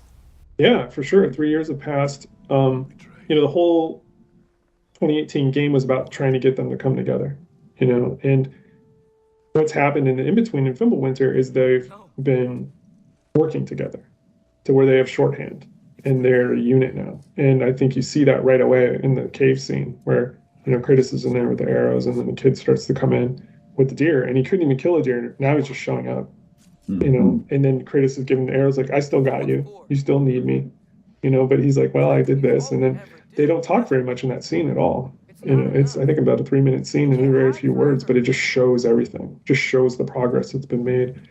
And much like you brought up the Strange fight from 2018, like that was a hard fight for Kratos because he hadn't fought in a long time. It was like he had ring rust and that got knocked off real quick. But that's why it ends with him on his back and kind of limping back to the house. Like he hadn't encountered that in a while. This Kratos has been training for 3 years and been training his son. So they're ready to go for whatever's going to come at him. And so you're really seeing that guy come back, but with a more tempered, mental capacity and to show his son to be better. So that's where they kind of leap off at this point. But the kid's quite capable. He is his father's son. Yeah, that's true. How did you approach exploration in Ragnarok, and how would you say the exploration element compares to 2018? So 2018, we were learning what you call a wide linear game would look like and how it would operate. So we didn't know a lot. Doing Caldera was like a mystery box. And once we kind of figured that out, for this game, we were like, well, we want to have the Caldera back, but we want to change it, so we froze it. So that made like that whole level kind of flip on its head, if you will. And then each of the other exploration spaces in the other realms, we were like, okay, well, what are things that we really like or we want to revisit or ideas maybe we didn't get to? And they just start to pop up out of there. And the main thing we wanted to do is make sure that, I hesitate to even call it side content because it's almost like disrespectful to how much effort we put into it, but it tells just as good a stories as the main story. It's just that you don't need those to know what's going on. They just further enhance characters that you already like their backstories, or they might be telling parallels that are happening in the main story, or cautionary tales, or these things that just bring the whole world together that is you know, the suspension of disbelief is high if you participate in that stuff, even more so than what's already there in the story path. And I think that's something we were really, really aiming for. That, like, you know, we don't even have fetch quests. I don't think anybody, you know, or collect flags or these type of things. There's you can have elements of that, but if you layer all the other parts onto it, like, you know, solid combat with rewards, good storytelling, then you kind of perceive the content differently than it just being what video games do. Because you have to have video game stuff. It's a video game at the end of the day, right? We want it to be the most video game it can be, while also being the most movie it can be. And then somewhere there's a overlap of those two. And I think that's what's kind of unique about our game and why it's not an open world game. So I replayed 2018 earlier this year, and I could say, you know, diving into Ragnarok feels very smooth. It definitely feels like a continuation. It feels like the other side of the coin. How was it difficult to balance that, trying to provide a sequel that does, you know, brings new things to the table, while also, you know, feeling like it's still that same world and game? Yeah, it's super hard, but it was done with intention. Specifically, the first hour, most of what you play, you're like, okay, this feels familiar, and we wanted that. We didn't want it to be like this, like, weird knee-jerk reaction between 2018 and wouldn't it be like, to your point, like, say you finished it and like literally 2 hours later you turn it on and be like, oh, this feels like a glove. Like, I know this is home, you know. And then it starts to open itself up to you, you know, and it does it in layers. Like, okay, like, start with the axe and you get the blades, you know, new shield comes online, and then other things start to happen from there that are very different. And some people, you know, they want more. I don't know what to do about that. Like, it's like we're trying to tell like a continuous story that we want it to feel like chapter 1 and chapter 2. And it, for us, does that thing, you know, where you're like, oh yeah, this is. Now, the one thing that we do look at is if all the improvements made in Ragnarok, if you go back and play 2018, you might miss some of them, specifically in the combat and the movement and those type of things. And that's where I think the success of Ragnarok lies, because we've already seen that. Some people are like, yeah, then, you know what, I went back and played it. I was like, man, Kratos just feels a little stiff in this way and that, you know, like things we already knew we wanted to improve upon, and it's actually working out that way. But not so much that you're just like, oh, this is not a good game anymore. It's, you know, like they empower each other, much like the way that, you know, Empire makes A New Hope and Jedi like kind of sing, you know, in a certain way. And so I think there's a little bit of those elements that we took from inspiration, things we love, and wanted to make sure that that was baked in as well. Have there been changes to how weapon, armor, and skill upgrades work in Ragnarok? Yes, there's massive overhaul. The rarity system has been completely changed. For the armor, all armor can be taken to level 9. So there is no such thing as like, you know, early game armor that can't be taken. You can earn the right to transmog it as well. Yeah, every piece of gear can go to level 9. And the builds are much more interesting, in my opinion. And that's no disrespect, because I worked on all the last game with those guys. I think they just doubled down on the stuff that worked. And I played the game 10 times this year, and I played with a different build every time, and I had just as much fun every single time I played. So I hope other people are finding those builds interesting as well as they move through the content. But it's those systems are tough, you know, because some people don't want that part of it. They just come for the story. So we even took that into account. Like, if you press R3, a little menu will come up and you're just like, give me all the best stuff for strength, and it just auto equips the whole system for you. Don't have to sweat it. You can just do that. The skill tree's been updated as well, where you can, the more you use a skill, it unlocks a ability for you to put nodes in there to adjust them. So you can be like, oh, I really like this move, but now I want it to do more stun. Okay, you can make it do that now. But again, you have to work towards it. And what that did was make people more cognizant of maybe skills they weren't using. So we tried to like onboard people to the combat system as well, because, you know, these games are difficult. It's like people don't have a lot of time to learn the whole damn thing. So we try to find better ways to like bring them into the fun, if you will. Mm-hmm. So you've got a great voice cast. Were there any, you know, sort of close calls with your casting, or did you know exactly who you wanted to go with for each role? Yeah, I mean, we did a lot of auditions for certain parts, and then other parts we reached out directly, and we were super successful. But there's no drama there or anything like that. But yeah, we were very, very blessed to get that cast. Like I said, Ryan Hurst as Thor was awesome, and Richard as Odin was great, and You know, like there's some other ones I'd love to talk about, but I don't want people to know about them yet. Well, Mihir is great. He talks a lot in this game, not in a bad way. He's really funny and insightful. How do you know? Like, is there a number? How many stories he has, or how many voice lines for like those sort of incidental open world exploration parts? That's an awesome question because I should probably know that, and I haven't gone and looked at how many we actually shipped with. I know how many were like I've reviewed or looked at some point in time, but I don't know how many actually made the cut. So now, you know, I'm gonna have to take a little mental note here and go do a check because somebody's gonna ask, or I'll get back to you. There's a bunch though. I know that for sure. Alistair Duncan, who plays Mihir, you know, he's great. He's fun to have on set too. He just keeps everything light and keeps people smiling. And he's the one guy that doesn't have to be in a suit. He just has the helmet on when we shoot the scenes, and he can kind of float around. So sometimes he forgets like it's even time to shoot. And they used to have a basketball with like a face painted on it that they would use as the prop, like on a rope that was him that Chris Judge would hold on to. But our mocap stage, they actually made him a Mimir's head this time. It was great, so he would know like when he was going to be in there because they had the Mimir head. But yeah, Alistair's fantastic. Do you have a favorite story that you've heard so far?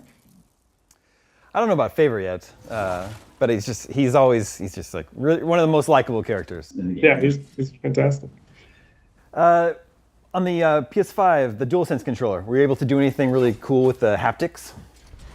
Yeah, I mean, we went through everything in the game that we could with those. Like all the cinematics are done like to like the nth degree. The in-game stuff, the weapon things are feel really crunchy and good for what they can pull off. The one place I will say that's like the adaptive triggers, we didn't do as much with those due to the game being very like twitchy like in combat, and those kind of like little bits of slight delays on some of the triggers didn't feel great for the moment to moment. However, in some of the more canned sequences, we did add those in to give it a little bit more weight and power to it. So we were a little bit more judicious with the adaptive triggers for our game. But the haptics, I mean, we went all in on. And then there's a whole nother path specifically for the DualShock on the PS4. So we basically did that whole job twice to make sure both experiences were rock solid. So looking at your credits, it looks like you've worked on just about every God of War game, going all the way back to the first one. What does this series mean to you, and what's your take on how it's changed over the years? Yeah, I mean, this series is everything. This is where, you know, made first great game, God of War 1 with Dave and Corey and Charlie Wen and Derek Daniels and Richard Fogey, and I could go on and on. I mean, that team, I could almost list that whole team off because it was only like 40 people. But that was a really special moment. And kind of made me like buy into the fact that like if you really hone what you do and you work with really great people, you can make amazing things together. And I'll never forget the day that the final master copy was made. Shannon Studd still brought the whole team because we could fit into one room. It was so weird that I can't even imagine that these days, but a very small like conference room. And she had that disc in her hand and she goes, "This is what it was for. This is what everything, all that hard work over the last 3 years is for. And people are going to play this, you know, in a couple of weeks and everything will change, right?" The action adventure games, because there wasn't a good action adventure game that came out of the West. All the good games came out of Japan, like DMC and Ninja Gaiden and all this. And this is going to change things. And she was right. It changed everything, you know, and we just a launching pad after that. And yeah, I've worked on all of them in different capacities, and it's just been really special. It's, to me, it's kind of like in sports these days. It's really hard to see like one player stay with the team from start to finish, but when they do, it's pretty special. You know, you look at like Tim Duncan with the Spurs. You know, you may never see something like that ever again. And like Kobe with the Lakers, and we have a few people that are like that, like Jason McDonald. Our design director, he's been with the studio since day one on God of War 1. He came in as a sound implementer straight out of USC. He was actually, the crazy story about this is he came into playtest because we ran out of playtesters for the day, so we called USC and they sent over some of their undergrads. And his feedback was so good, we were like, "Dude, do you want a job?" And then we got him. And he's been on every God of War, working his way up. He was like, he built Kratos on God of War 3, which is technically one of the best Kratos ever. Design director on this game. And so there's a wall outside of my office with these huge, big, like, I don't know what they look like 4 foot by 4 foot plaques of the games. And like that's like his resume is on the wall. It's like hanging those championships from the rafters at Staples or whatever, you know. And those are the things that are magical to me because I've worked with him like that. I've seen him come up and just do amazing things. And there's so many people on the team. I'm just giving one example right now because he's very near and dear to me. But that's the stuff that is really special. That you can spend that much time on it, and it's, you know, a lot of people bounce around and do a lot of different things, and you know, barely worked at anywhere for more than 2-3 years, and you know, he's going on like, I don't even know, it's got to be close to 20 years at this point. So it's awesome to see that type of stuff, and yeah, I hope that he can do even more here in the future, you know, and that's what we're setting people up for. Very cool. Do you see any of the DNA of the original trilogy in Ragnarok? Yeah, there were little things we brought back for sure that we wanted. You know, like I said, Kratos, he knocked that ring rust off. He's kind of getting back to some of his old tricks. So you know, he's got the grapple swings back, moves through the world a little bit more nimbly. The blades are a little revamped from the last game, so he almost feels a little bit more comfortable with them. Just little things here and there. There's some callbacks, like some Easter eggy callbacks that I wanted to do. But again, those kind of get into spoiler territory, so we'll have to stay away from those right now. There's a guy on the internet that people keep sending him on Twitter. I think his name's like Odysseus or something like that. I feel bad that I can't remember his name, but he keeps pulling him up. He sees the references. He'll pull up the old shot and he'll find the Ragnarok shot and pair him up. And I was like, man, this guy's good. He keeps spotting things. He's like catching all my little tricks. Seems like there's a greater enemy variety in Ragnarok than in 2018. Is that something you wanted to emphasize? Oh yeah, I mean the leap from God of War 1 to God of War 2 was very similar. Like there was almost like a 50% increase in the cast, and people loved that. So we kind of knew the roadmap of what we needed to do. I mean, truth be told, if we could have did that in the last game, we would have, but it would have taken a whole another year. And it was like, at some point you have to ship these things. So it is what it is. And I don't think that cast is that lacking. I think that at this point in time, after 4 years, people need to find one thing to poke at. That's what they found. Now, obviously the trolls were always a sore spot for some people. But we took that to heart. That was one of the first things day one. I made like a cast list. And I think we got every single creature on there except for like one. And even then, I think it was put on there. It's like we knew we were going to cut it on purpose just to get production something that we got rid of. But it was really, really strong. You know, the team was able to pull that through. And it's funny because you can't just put more in. It has to be more in good, if not great. And I think that's where the real challenge comes in because people start to look back and you're like, oh my goodness, it took so long just to get those creatures there. Now we got to do a whole new batch and we got to get them that strong. And you guys have all these new toys that Kratos can do and you have to have responses to that. And it's like a exponential matrix of problem solving that explodes in your face, you know, but you're like, no, we got to do it because it's the right thing to do for the fans.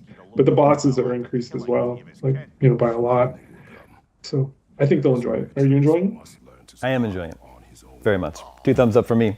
Kratos has access to his Blades of Chaos early in Ragnarok. Is that something you knew you were going to do from the beginning? Yeah. Or was there some debate about that? Nah, it was like, you know, the way that moment came off in the last game is like, you know, people say it's one of the greatest moments in video games ever. It's like, you're not going to duplicate that. Just give him to him. He earned him. He's back. So, yeah, that was day one.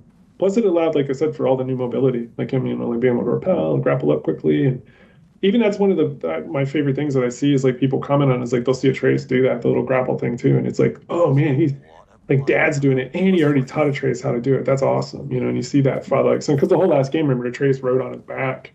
All the climb moments and stuff like that. And in this game, he doesn't do any of that. He's does all the stuff on his own. So that was another thing. It was like very expensive to redo all that stuff. And the kid has to have his own version. But it's in terms of storytelling, it has to be done. You know, because otherwise you'd be like, he's all grown up, but he's still got a piggyback ride. You know, like you'd be like, I don't buy it. So it's like those are the things that you incur. It seems like such a simple thing, and then you look at that, and it's like the animation budget for having Atreus move around the world on his own is like astronomically compared to what it was last time. We just pop him on Kratos' back. Yeah. How much fun is it coming up with the ludicrously violent ways to behead and dismember enemies with those finishers? Depends on your personality. Some people really enjoy that, other people want no part of it. But it's those meetings are always interesting. I'll say that.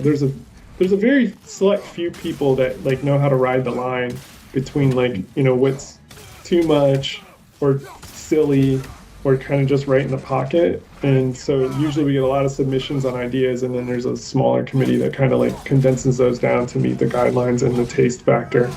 And like I said, Bruno Velasquez is one of those key guys, our animation director. You're constantly throwing new things to the player. There's the new Death from Above attacks, Frost Awakening the Axe, environmental kills. Were you ever wary of overwhelming the player? Yeah, that's always a concern. I think I spoke of it here or maybe in another interview, but there's this, real thing in video games for players called the cognitive load, and it's like how much can they think about. So if you're trying to like spatially, where am I? Where are the monsters? What am I doing? What was my armor build again that I want to take advantage of? There's just like the mental stack gets crazy, and so it's not all required. Some of it's for styling on guys, but it's a very, very hard line. Because if you don't put anything new in, they're like, well, it's exactly like the last game. Then you can put this stuff in, they don't use it, and they still say it. Then you have other people like, it's too much. So you kind of just try to find a way to dole it out in small doses. So it's first start off kind of like, okay, I just use my axe, learn my variants a little bit. Okay, now I'm going to learn the blaze. Now we're going to put some environmental stuff in here. Now we're going to put an arena where you can move around, and you just start to acclimate them. It's almost like, like climbing Everest. It's like you don't just climb Everest. You go up to base camp and you hang out. Then you go up and you come back down to base camp and acclimate. Then you go up to base camp 2 and you hang out. And then, you know what I mean? You just do this until you get to the top of the mountain. So, and not everybody's going to make it to the top of the mountain. We're okay with that. God of War 2018 already had great combat. How'd you go about improving it without messing up what was already working? Yeah, that's another tricky proposition. We knew that Atreus was going to have to be a little bit more grown up. To really, again, sell that idea that he's been training with Dad. So that was the first place. Like, is he going to be more aggressive? Can Kratos do things to allow him to do more things? Can Kratos play off of things he does? So that was like the first place we started. Then we started to take apart the combat system and look at it in a way that last game you kind of had basic attacks and then you had the runic attacks. And the runic attacks were on cooldown. So you kind of did all this stuff. And then you do a runic attack, but you had to wait for the cooldown. And there wasn't really anything in the middle. So we wanted to create some new moves. And that's where the triangle moves come in, where they're like, you can do whatever you want, but you got to spend a little bit of time on them to build them up. And then there's the stuff with the immolation abilities as well, where you can, build up the meter, and then you can choose to play risk reward and ride it out where your blades or axe are stronger, or you can cash it in and then you get a big burst of elemental abilities on there, and then you still have the runics. So we just tried to create a larger gradient of options for the player and play types, because again, you don't have to do any of it, but if you gravitate one way or the other, or all of them, then you can have a more expressive Kratos. And then we opened up the choice a lot more with Kratos, like where you can kind of outfit what he does and whatnot without giving too much away. Well, that's all the time we have for today. Eric, thank you so much for joining us. Congratulations on the launch of God of War Ragnarok. I'm loving the game. Got a 10 out of 10 from IGN and praise from other outlets as well. It just seems to be, quite an achievement. Congratulations again. Thank you so much. It's been an honor, and it's very humbling to see the scores out there in the wild. Coming up next, Jada from Podcast Beyond will be showing us some God of War Ragnarok's combat on the game's hardest difficulty, Give Me God of War, and then we'll be back to chat with Ragnarok's lead combat designers about what went into making the combat even better. Thank you so much for joining us, everybody. Joining me today is Jada from Podcast Beyond, and we're playing God of War Ragnarok on Give Me God of War difficulty. Jada, as Kratos moves into this combat encounter, who are you fighting? What is the plan for the stream today? Are you going to kick their butts? Yes, and yes. I think that works for all of them. So this is the very first encounter. Just going to be fighting some very simple level 1 raiders. Playing on God of War difficulty. We're going to see some mini bosses. We're going to see some skill trees. We're going to see some cool things. Hopefully I pull off some amazing parries. Lots of good stuff coming today. Awesome. Yeah, both Jada and I, for my preview, I played on Give Me God of War difficulty. Jada played through the whole game on Give Me God of War difficulty, so is now going to be giving me a few tips to complete my run. But I love how the game feels this time around. They've made a lot of changes to combat. If you saw my preview, we actually talked to one of the animators who discussed how they have weapon-specific finishers now, how there's more verticality in the encounters, and all of that is really good. Now, in this early gameplay, Jada is using a lot of parries and the stun meter to her advantage, and it's just great. Have you enjoyed the Give Me God of War difficulty this time around? Yes, it's been pretty difficult, not gonna lie. The hardest parts of the God of War difficulty is the earliest part of the game, because you just don't have all the tools that you would hope to have. You know, if you play 2018, you're used to having the Blades of Chaos, you're used to having all the different runic spells. As you can see, I don't have any runic abilities at the start here. So I'm kind of reliant on shattering enemies, building up that stun gauge like you were saying, preventing them from leveling up when possible. Obviously, I failed on this guy. He's a level 2, so you can still take them. And my favorite thing is still the parry. The parry is like so fun. It's so rewarding.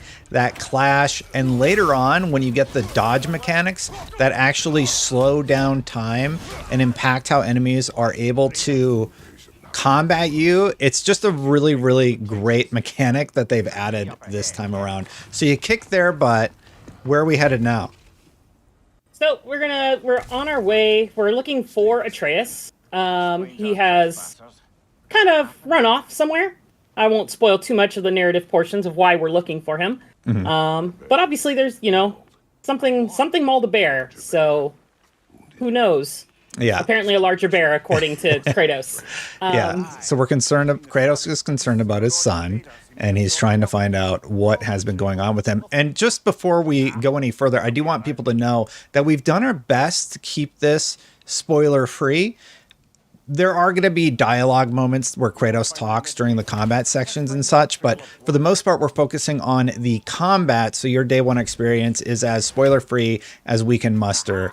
There is one thing near the very end, I'll give you a heads up before we get to it, but if you haven't seen the fight yet, we're going to be ending on that, so stick around to the end. So right now, you're still on the hunt for Atreus, and I love the exploration aspect. I am a sucker for loot, and I'm constantly looking for it. Did you find yourself doing that also? Yes. As I played through, I made sure to stop and hit every chest possible, because early on in the game, hack silver is kind of not a commodity you get a lot of. And some of the upgrades, they start to get pretty pricey. So you find yourself like, oh, do I spend the money on a resurrection stone in case something goes bad in a fight? Or do I upgrade this piece of gear to hopefully not get in that predicament later? And so I opted most of the time for the gear, which led to a few more restarts than I probably would have liked. But, you know, it still worked out pretty well for me.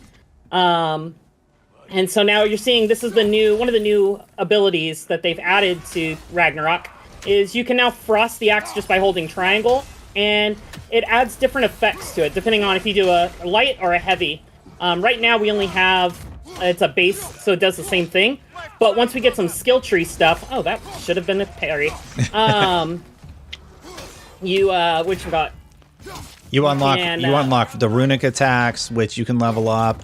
You're able to just level up your basic skills and such. And the reason the hack silver is so important is because often there's costs associated with not only upgrading your weapons, but the armor types that you want to use and what you end up doing earlier on. Just finishing the thought for you while you kick their butts.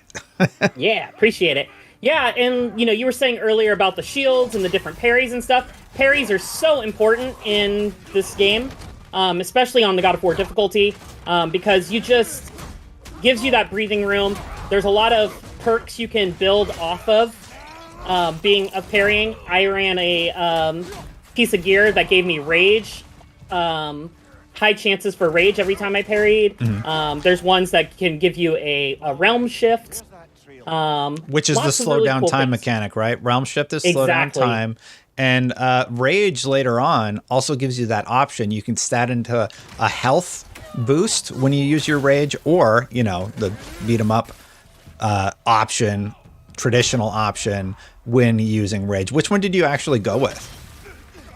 You know what? I actually stuck with the Fury for the most of the game. But I did find some use in one of the other ones that was like a kind of a supercharged attack, like single use.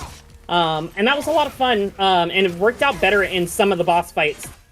Just because sometimes you just wouldn't get enough time to really make use of the individual melee strikes or throwing the rocks, or you can't really tackle the bosses. So having that one single, like, big, meaty chunk of health is sometimes enough to either take a boss to the next phase, or potentially finish off the boss and get it to that, get that context-sensitive button to pop up.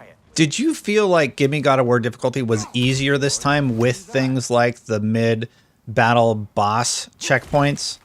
Yes, that is actually one of my things I just did not really like personally, because if I got into a fight and I was, half health, 3/4 health, that's something I need to be able to overcome. But instead, this time, if you die and once you got to a new phase, it heals you to full. It cheapened it a little bit for me, but I was thankful for some of the tougher fights when I was just trying to get through. It was nice to be able to just do that. And just there, you ran off the ledge and you smashed into the ground. That's one of Kratos' new attacks where you're able to utilize a height advantage into an attack. So one of the things that has just been really phenomenal about playing through the game are little touches like that, where there is not a moment when Kratos can't do damage or is really left vulnerable. It seems like in most scenarios, maybe when you're going up vertically, you're left vulnerable for just a little bit.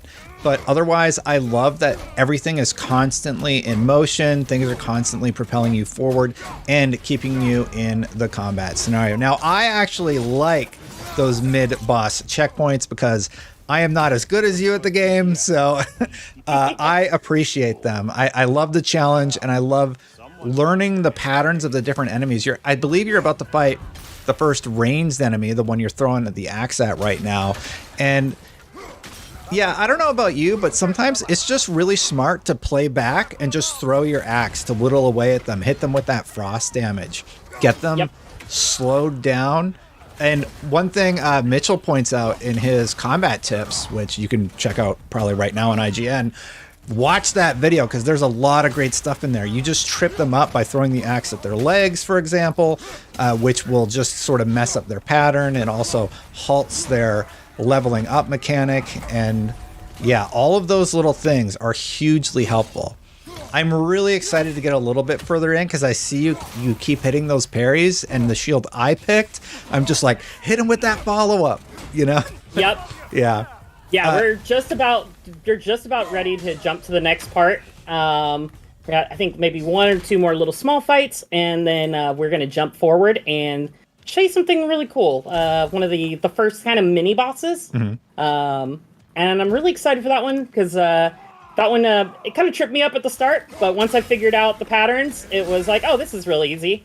But it takes it's all about just having that time and being able to, like you said, observe and, kind of memorize and learn these patterns for people. Absolutely. Yeah, you're doing much better than I did. I think I got stuck in this room because I went right in, and if you go right in, everything spawns. Right? So you played that very, very well, where you just took on like 2 or 3 at a time. But when it's like 7 and one of them are a ranged enemy, throwing projectiles at you, it definitely gets hairy. So as you play more and more, you kind of learn about the scenarios, especially if you reset, and how to tackle them better. The game almost sort of teaches you like, hey, maybe play that a little bit slower if you're having trouble in that respect. I think you're about to find the bear, aren't you? Yeah. So did we want to fight the bear here, or should we jump forward a little bit? You can fight him, but before the end, let's jump forward. Yeah, sounds good. Yeah. Atreus, where are you?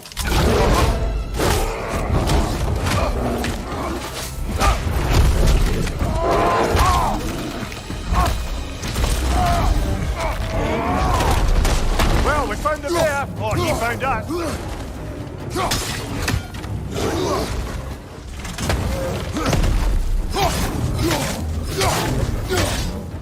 Oh, he seems angry.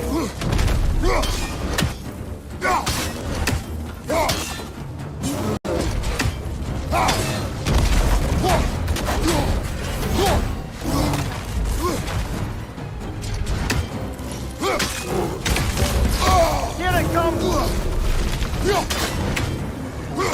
Uh-oh.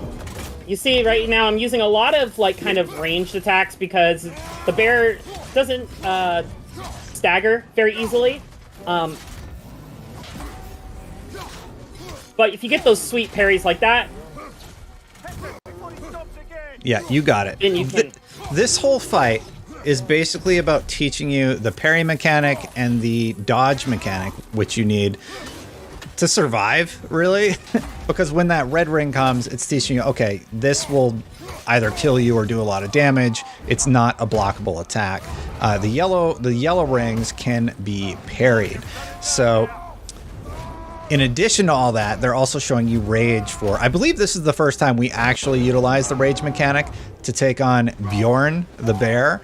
And yeah, a really, really good fight. Just one of those early fights where it's teaching you how to play the game and how to play it really, really well. I love that you're getting that stun meter up there, but early on that stun meter recharges so quickly. You really, really got to be on your game. You're getting close to the end of the fight, so we're actually going to jump forward, but why don't you get that stun meter and let's see what happens.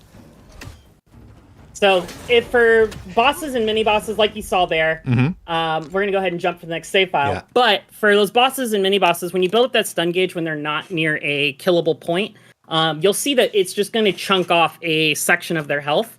And so it's really helpful to be able to do that, because sometimes the bosses just have so much HP, especially on Give Me God of War difficulty, when their HP gets just, they have so many bars, and sometimes they're 2 or 3 levels higher than your equipment can even get. Like I think my gear towards the end is like level 8 right now, and I still see some enemies that are 2-3 levels higher. So it's very important to focus around that gear level. Absolutely. And let's see. What are we about to jump into here, Jada? So we're going to jump in here. So this is the Huntress. Great fight. So this is we found Atreus. I have no shield. My shield has been destroyed. So blocking and parrying is a lot tougher because it just kind of breaks your guard. The Huntress is weak to. I have no idea why my camera switched to that. But the Huntress is vulnerable to ice. She's very easy to frost. Yeah. So you want to kind of do that, and then, as you know, Atreus pointed out at the beginning of the clip, those antlers, they glow. So they set her down, give you some time to get some free attacks in. One of the things some people actually found a little bit too much were the constant tips from Atreus or whoever you happen to be running around with.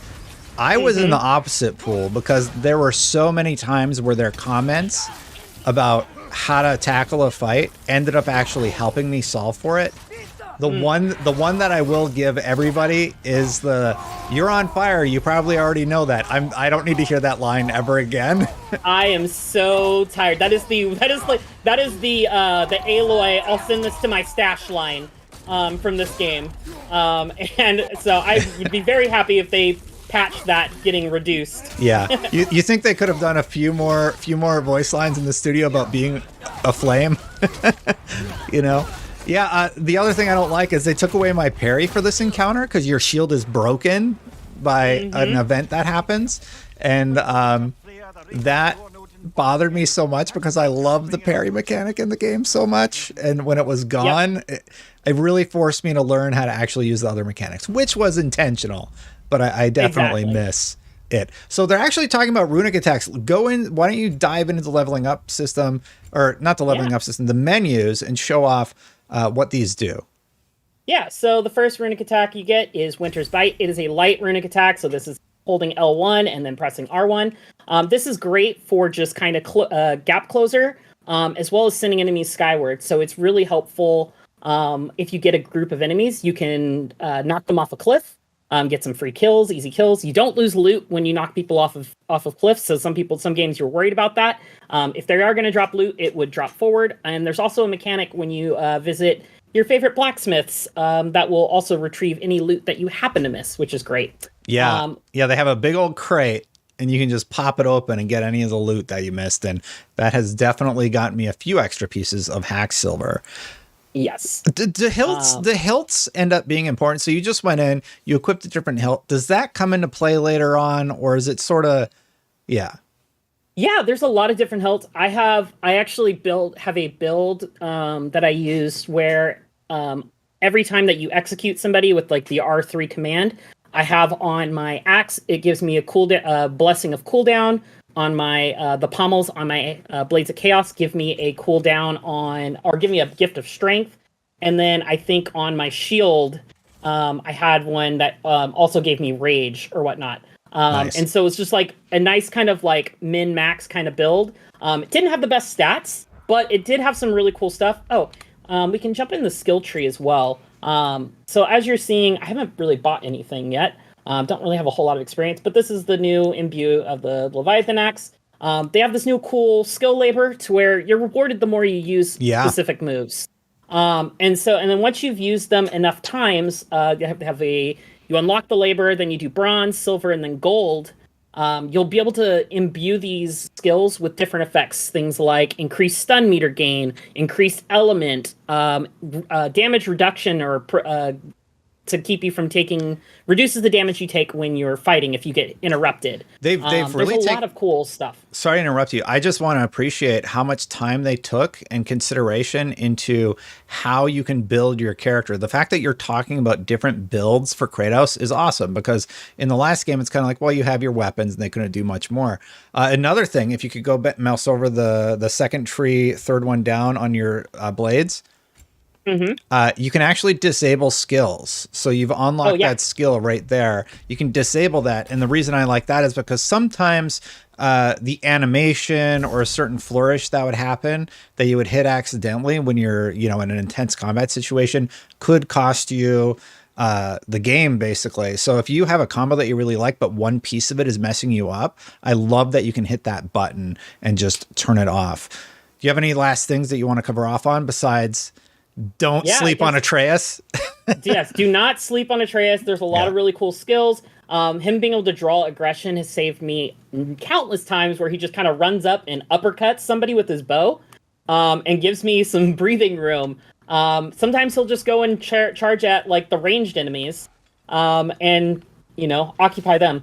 So this is going to make me use the runic before we can move forward. So say, hey, you know how to use this. Here's how you use it. Is there something that you still wanted to show in this section? I'm trying to remember what happens. I think that's pretty much for this section.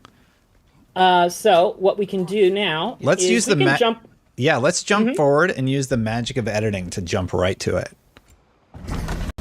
Okay, so where are we now? This is a totally different place. So we have traveled. This isn't a fine. Not now. There are enemies ahead. We have traveled to Svartalfheim, the realm of the dwarves. You may recognize this area from the trailer. I think Kratos actually, one of the teaser trailers, came right up here and with his blades, kind of did a little jump like that. So we're going to just kind of imitate that. We're going to do some blade combat here. Heck yeah. I recognize this area, and I hate these enemies. I hate them so much, because what'll happen is they will go away from you, and one will be hitting you with acid. Well, the others you're trying to do your regular combat with. So I found that kind of annoying, not in like a bad way, in I need to figure out how to deal with this combat encounter. Now, I love the combat in this game. I think I've made that fairly clear.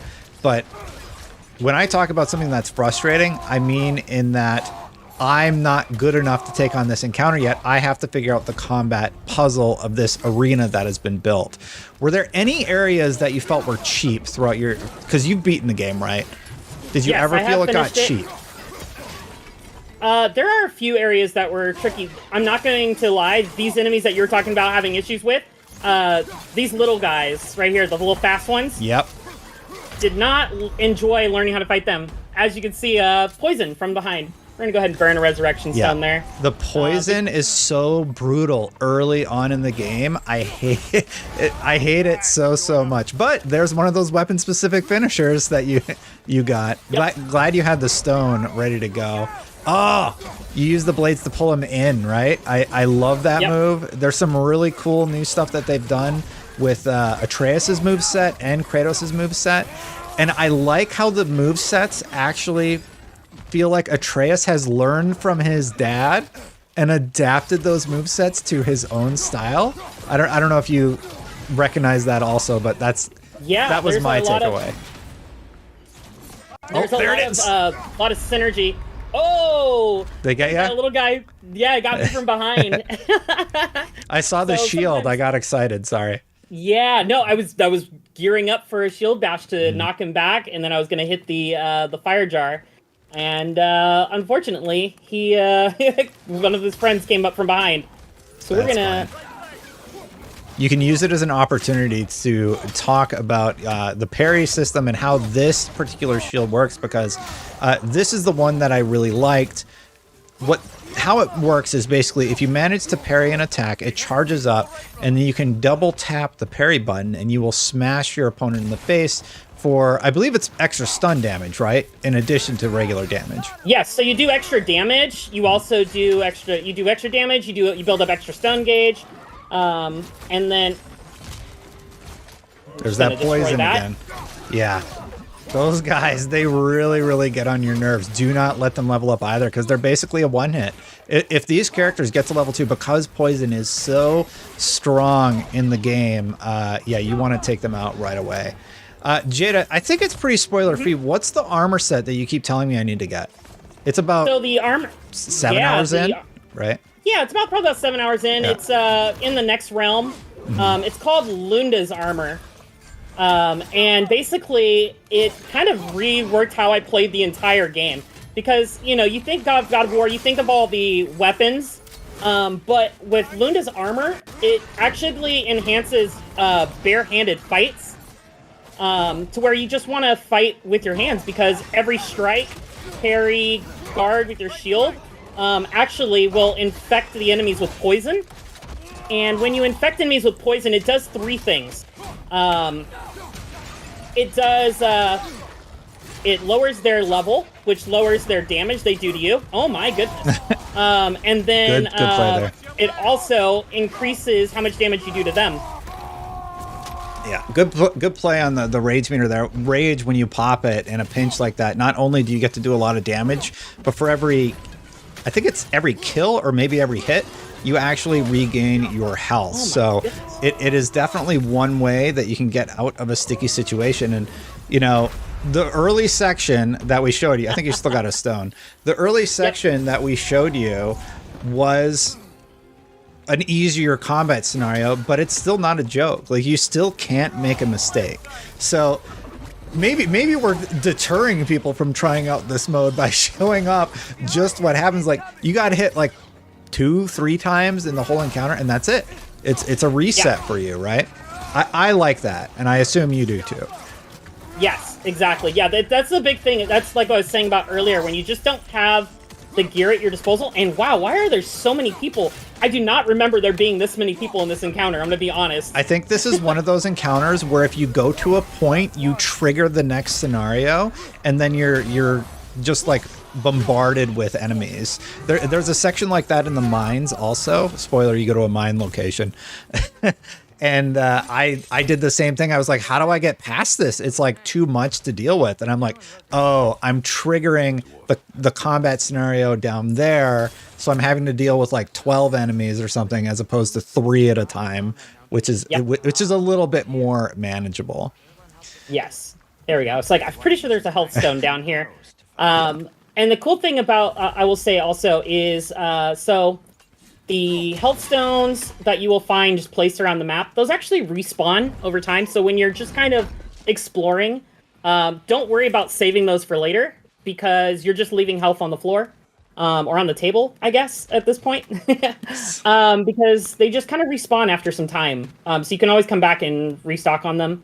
Oh, there's a little bit of crafting materials there. Some beast scraps from all the beasties we just took down. It's hard not to pick that stuff up. Like, once it's ingrained in you, especially when you need to upgrade your stuff to be successful, you have to get it, you know? And beast scraps are something that you will need for like pretty much the entire game. It's one of those resources that like you keep getting new pieces of gear, specific gear that require beast scraps, and you don't get them as often as you probably would like. So like you do find yourself kind of going back and hunting down different types of beasts to get those scraps to drop so you can upgrade the gear. Jada, is this the fun train ride? This is the simple train ride. Oh, okay. We're not going to show the fun train ride. Because I was going to say we should do the fun one and then transition. Should we do the one? Okay. We can do the fun one. No, it's we're not very far away from it. So But this is a fun, like, I love there's so much kind of like Disneyland theme park adventures in Kratos' journey. This one kind of reminds me of that, like, what is it? The Snow White and the Seven Dwarfs, like, train ride at Disneyland. Yeah. Kind of reminds me of that one. It's very simple, very slow, but it's fun. And then you get to this new section and it's like, okay, now solve the puzzle of how to go further up the mountain and get to the next location. And it's gorgeous. Like, the game is gorgeous throughout everything that I've played anyway.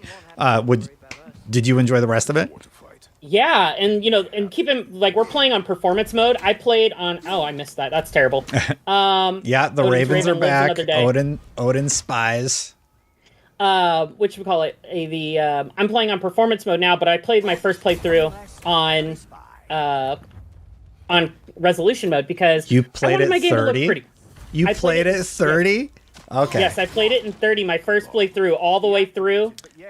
So like the tough fights, if you think you got an easier time doing them on 60, like 30's like you have less frames to like see things. Yeah, and on that note, like when I booted up the game, you check out IGN performance review. JD, feel free to keep going as I ramble here about resolution. But when you start up the game, it gives you a bunch of options to choose from. Like, do you want to play resolution, performance, 120 if you have the TV to support it? You can play it 45 target frame rate, sort of a mix of them both. I think Insomniac did a really good job of offering you a plethora of options and ways to push and pull, like, PC gamers like myself. I play a lot on PC, so I love being able to sacrifice what I want to sacrifice. Like, maybe I don't care as much as shadows, or maybe I don't care much about certain aspects of the game, but I still want it to look as pretty as possible and hit a frame rate target I have in mind. Consoles have finally got there, and PlayStation does an amazing job of giving you all of that with God of War Ragnarok on the PlayStation 5. As you keep destroying this Dreki, I gotta say one more thing. The base PS4 is also really impressive. The base PS4 runs at 1080 30 and looks great. Our graphics comparison, like, unless you zoom in, you can't really tell. But getting to the boss fight, the Dreki here, it has a lightning-based attack. I fell in love with the game basically with this Dreki boss fight because I love how it's telegraphed. I love how it changes up your expectations after learning all these combat things. And that was the point that did it for me. Why did you want to show the Dreki specifically? Just because he's Dreki, awesome? like you were saying, the Dreki fight is just so much fun. It really like teaches you the parrying, when you should dodge. Like, that attack is parryable, but it's not really. You don't get a lot out of parrying that strike, and you take a lot of damage if you do. If you miss it. Mm-hmm. Yeah, that tail will wreck you. He has the lightning attack, which will wreck you. He has the tail attack, which Atreus is constantly cueing you about, by the way. This was one of those fights where I'm like, I'm so glad Atreus is here, because I don't know if I would have parried that tail whip, basically. Because he kind of tells you, and you have your frame window as I died there. telling you when you can do it. Yeah. So like I said, if you miss that timing on that parry, it's a little bit trickier on that one, and it's not really worth it, and you take a lot of damage. So yeah, play it safe, and you'll get through it. That's the moral of the story. Do you want to give it one more shot, or do you want to jump forward and show something new? So I don't have a save at the fun train ride. That's okay. That's okay. So you'll have to see for yourself. Game's out now, so yeah. All right. Well, Jetty, you take down this Dreki, and then we'll move on to the next one. Sounds good. The front train ride is literally right after this, so if I get the win here, which I should, we'll be able to see it. I just like the climactic ending of the fun train ride, so I would love to share that with our audience, but yeah. It's nothing too spoilery, it's just, I just thought it was great. Yeah, the Dreki is so cool. One thing you guys may be seeing is that green arrow, the green circle status effect on that Atreus is building up with his arrows. Those are sonic arrows.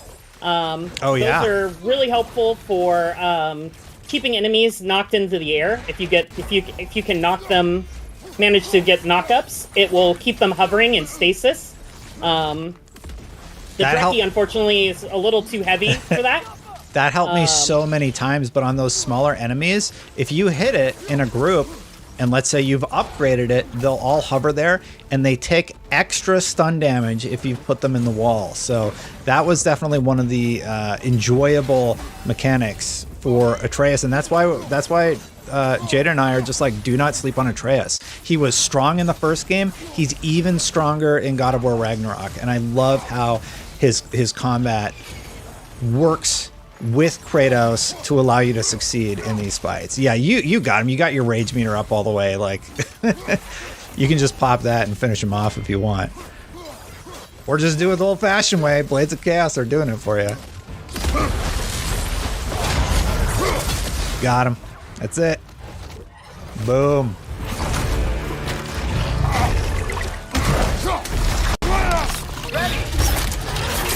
I love that they incorporated Atreus into these like finishers, and it just really, it cements that bond of them like really working together.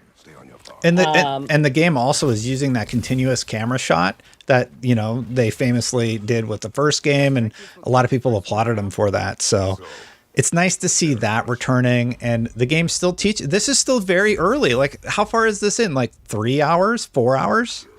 Yeah, this is probably around 4. It depends, because like when that first fight when we swapped to Svartalfheim, that skipped a bunch of side quests. Yeah. So there's a whole second half of the lake here that I could have went and explored. The blue icons, those are your, what are they called? Tasks? Those are those are your the favors. Favors, that's the term, yeah. Yes. So these are favors that you could be doing, which are just their side quests.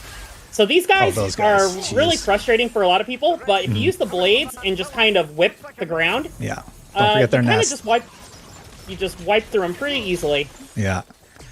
So I think when we exit out of this segment and go on to the next save, let's let the train ride play out, and at the stinger, we'll move on to the next one. Sounds good.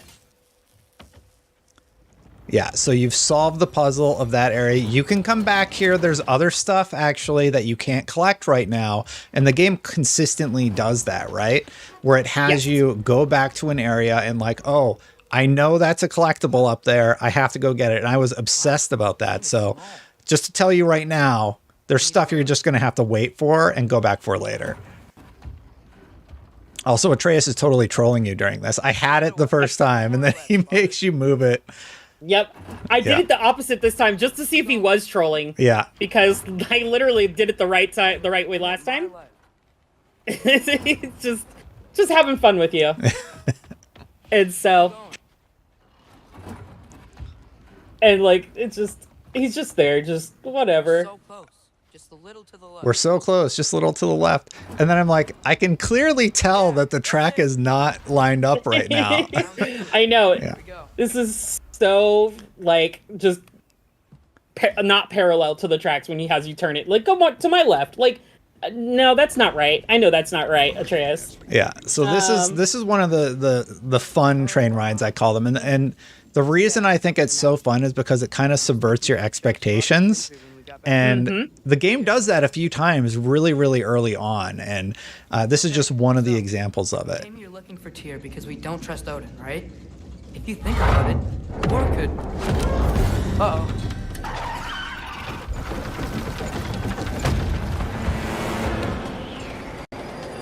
On your left!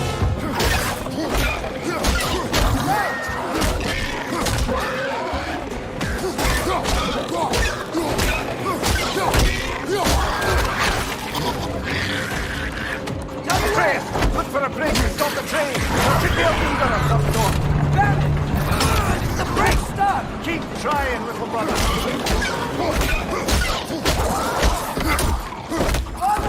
Stop this train! I think it's about to... No! Shit!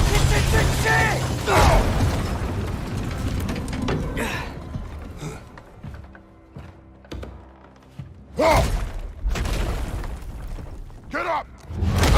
Father! A troll?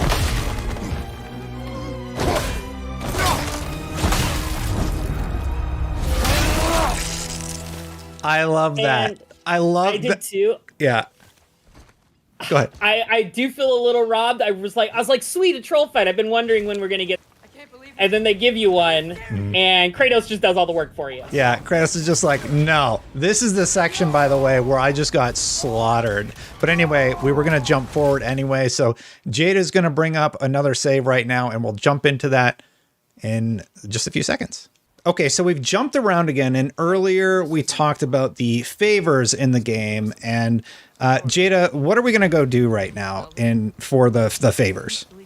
Yeah, so we've actually jumped a little bit backwards from where we were earlier, but this is Svartalheim still, and we're going to kind of explore the lake, the Bay of, what is this called? The Bay of Bounty. And Mihir has been troubled by some mining rigs, thank you, Atreus. And we're avoiding spoilers on that one. There's a lot of context to that is delivered while you go to them, but we're just going to let you experience that in the game, obviously. Yep. So, but yeah, so we're going to go and, shut down some mining rigs and, help liberate. Liberate the mining rigs. Sorry to interrupt you, but these areas, they're not only little puzzles, there's also combat elements. It's not like you can just walk up and shut down these rigs. What they've done are they've introduced new enemy types. They've given you puzzles to solve in these areas, and sometimes they surprise you with some harder than you might expect enemies here. The whole favor system and just this area in general, it's the first time you really get to explore the map, start seeing what the side quests are going to be like. And like I said, you start seeing things that you clearly can tell are an ability you're going to get later and utilize to get more collectibles and such. Did you end up coming back here once the game was all done? Yeah, there's a few objectives that populate afterwards. So I made a couple trips back to Svartalheim. There's also some in-game later stuff, and you definitely probably don't want to take it on early on. Well, one we're gonna show later, they're called the Hateful, and it was one of the first thing you and I messaged each other about. I was like, hey, were you able to beat this Hateful character in this early area? They are this enemy type. They're Draugr, and they come out of these holes near the mining rigs, and they're exceptionally difficult. They're very fast. They use fire, and they'll just eat away at your health so fast if you're not paying attention, as most things and they're do. Important enemies to fight too, because they drop upgrade materials for your axe or your Blades of Chaos. So these are fights that you want to do at some point or another, because it's just you want more power, you want more strength from your axe, you want more I think is it runic from your axe and strength from your blades, one of the two. But yeah, you want as many of those bonuses as you can as you progress, especially playing on the Give Me God of War difficulty. Every stat point can really help make the difference in some of these fights that you're trying to make or break, how fast you get through them or how much damage you take per hit. Yeah. In the background, so we're playing this before it's available to the public. We're going through, and we actually don't know if we've seen all the trophies, but I don't think any of them have anything to do with playing through on the hardest difficulty. That's just for your own pleasure, if you want to call it that. Yes, exactly. Which is good. This fight is not for the faint of heart. It's definitely tough. This enemy type has this ability where it actually spawns the little babies. I call them the babies, but the wretches. Yeah, definitely a hard enemy to face because of those little guys. But I actually found this to be one of the easier enemy types to kill. Yeah, these guys, their patterns are pretty predictable. Mm-hmm. I didn't have a lot of HP going into this, and one of those little guys got me. Yeah, the little guys, if they overwhelm you, they explode. They do a lot. But this guy, him or herself, Not one of the more difficult. However, that doesn't mean that these favors are easy. There are some where there's more of the frog-like characters that you're going to have to take on, and those I found to be much more difficult because they're using verticality, they're using more of the map and their abilities, and I do like the animation when he takes them out. So yes, the execution animations are very well done in this one. It feels very visceral. It reminds me a lot of the over-the-top that we got in like the previous trilogy or original PS2 God of Wars.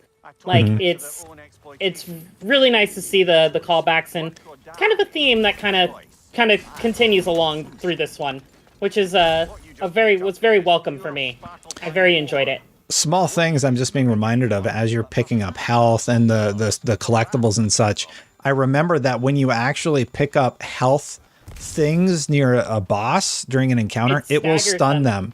Yeah. So just a small pro tip, but you can use those strategically to your advantage, and sometimes they really, really help you out, especially in a fight we'll probably see later on.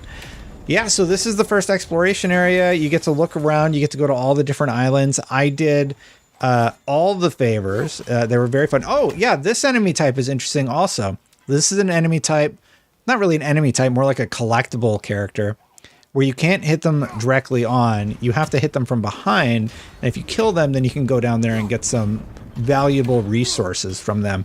And there's a lot of stuff like that as you're exploring in Ragnarok that I appreciated. I just love stuff like that, so... And XP is so important. XP is tied to a lot of your skill tree upgrades, and I think you use XP for a few other things in the menu too. Do you remember off the top of your head? Yeah, so you'll use your XP for your runic upgrades. You'll use it to upgrade your rage. You'll use it to, like we said earlier, augment your different skills and abilities. And I believe there's like one or two other little things that you can use it for that are escaping me right now. But there is a lot of stuff to use it for. Let's see. I forget how I'm supposed to get in here. I think you just jumped down when you were up there. All right. Well, we'll grab it. I'll grab it later. Not important. You have your main save. This is just your funsy save anyway. This is funsies. So not going to waste time going back up and around. All right. The reason I really like all this side stuff is because you get a lot of dialogue between the characters. They're constantly telling you more story while you're smashing barrels and collecting the drops that like increase your stats in the game. And I like that relationship is further solidified between the different characters. Yeah, same. Go ahead. No, I was just going to ask what you thought. Yeah, no, I love all the stories that we get from Mihir. Even Kratos tells a few stories that I won't spoil, but they're very Kratos stories. Yeah. Is the best way I can put it without being spoilery. But it's such a treat to hear more of Kratos speaking because, you know, a lot of times it's very like most of his remarks are like prompted, and sometimes he just kind of talks occasionally. Yeah. Apparently, I am going in the wrong direction. He's very one note, right? And I think Yes. I think because of the relationship with his son, we actually get to see more of Kratos, and I like that they used his son as the vehicle for Kratos to, I don't know the right way to say it, but sort of flesh him out as a character. He opens up a little bit. He talks about his past experiences. He's trying to advise his son about the mistakes that he made in his life so that his son doesn't make the same mistakes, like talking about, you know, just fighting and how he's trying to avoid it. They're out in the woods at the beginning of the game, and he kind of gets forced back into combat, not by his own choice, you know? So, yeah, it's a there we go. Yeah, no, 100% agree, because like, you know, Kratos has been this character that we all feel like we know, you know, pretty well, for those of us who've played, or anybody who's played a lot of the God of War games, but like you get so many different layers from him because of his like interaction with other people. And it's such a treat to kind of peel back the layers of that onion, so to speak. I smash all of the fake statue things just out of paranoia. I'm like, if there's a fight, I want to know it's coming, you know? Exactly. I want to get that first hit in. Yep. I want to have that advantage because sometimes that one hit can make all the difference. I've died a few times where an enemy had 0 HP. Like, they literally had no HP left. And I'm just like, oh, okay. Well, but I died, so doesn't count. In addition, yeah, and one of the ways you can get that extra hit in are those barrels that you're breaking. If you wait and time it right, you can often hit those and they will just obliterate enemies if they happen to be anywhere near them. So that's definitely come in clutch for me a few times. Yeah, using the environment is very important for sometimes, like, it can help, like, it may not kill the enemies, but it may stagger them, it may knock them back and give you time to finish a combo or something else. You know, just any tool you can use, the better. Yeah, speaking of the Draugr, there they are. Yep. I really like the abilities that bring you into the fight or bring them to you. It's a good way to sort of separate the pack, and there's that juggle. It does seem like juggling is very powerful in this game. No matter how you choose to play, like you choose the stat into a I don't know what to call it. I'm playing a lot of Marvel Snap. Destroy build. Yeah, like you can build into your damage stats. Yeah. Yeah, you can build into your strength. You can build into your runic for your runic attacks and stuff. I think most of my playthrough, I focused on strength because I just kind of wanted to get through the enemies as fast as possible. Yeah. And then my second priority was luck, to get a bunch of things to proc that I needed to proc constantly, like the rage bursts on parries and stuff like that. Because we were talking earlier about the shield that I'm using, yes. Which is by far, I know between the two of us, our favorite shield. Yeah. Because just having that ability to, gain stats like rage off of it and do extra damage, get better stuns. Oh, that's right. You gotta set it just right, and then you jump over, and then this is what I was talking about though. They're not always straightforward. You have like a puzzle element, and I mean it's not overly challenging or anything, but it is sort of like an added layer to the onion of the entire God of War experience, right? So you have these puzzles, you have combat puzzles, and then you have like a cool encounter usually at the end of these favors. And I think you're about to go in, you're almost there, right? Yeah, yep, so here you go. We're at the top of the mining rig. Yeah, I am curious because you and I both use this shield because it just does so much stun, and it's really versatile in what it can do. I would love to hear from somebody that used the other shield to explain to the viewers who haven't played it yet. Basically, you have a larger shield where you can just block most things. I think you still need to avoid the unblockable attacks, but you absorb that energy and then you can just slam it into the ground. You've probably seen it in the trailers. And then there are other shields that have also been in the pre-release trailers that are potentially used in other ways. So having... one of the other ones I really liked was there's one for that cleanses your status effects. Oh, nice. So, like, if you get, covered with frost, poison, fire, whatever, you can double tap with the shield dash, and it not only cleanses the effect from you, but it deals that elemental damage to the opponent. Good reflect. So, really helpful in some of the later fights. Yeah, for sure. Sorry, I was seeing your health, and then I saw you get that perfect parry, and I was like, all right. Yeah. Good stuff. And those are the moments that feel really good. Mm-hmm. Just being able to kind of clutch out those moments. It's it really makes you appreciate the combat in the game and just how, like, balanced it is. Even on how difficult, the higher difficulty, it still never feels unfair. Yeah. It feels like if I miss a parry, I'm like, okay. If I die because I missed a parry, it's because I missed a parry. It's on you as the player. Yeah. Yes, it's not because I didn't have a fair chance. Yeah. And just, I want to give the biggest shout out to the sound design team on God of War Ragnarok and the effects team, because like those circles that come in, everything's telegraphed in a very perfect way where you feel like it's on you. You never feel like the game has betrayed you. Well, not what I've played so far.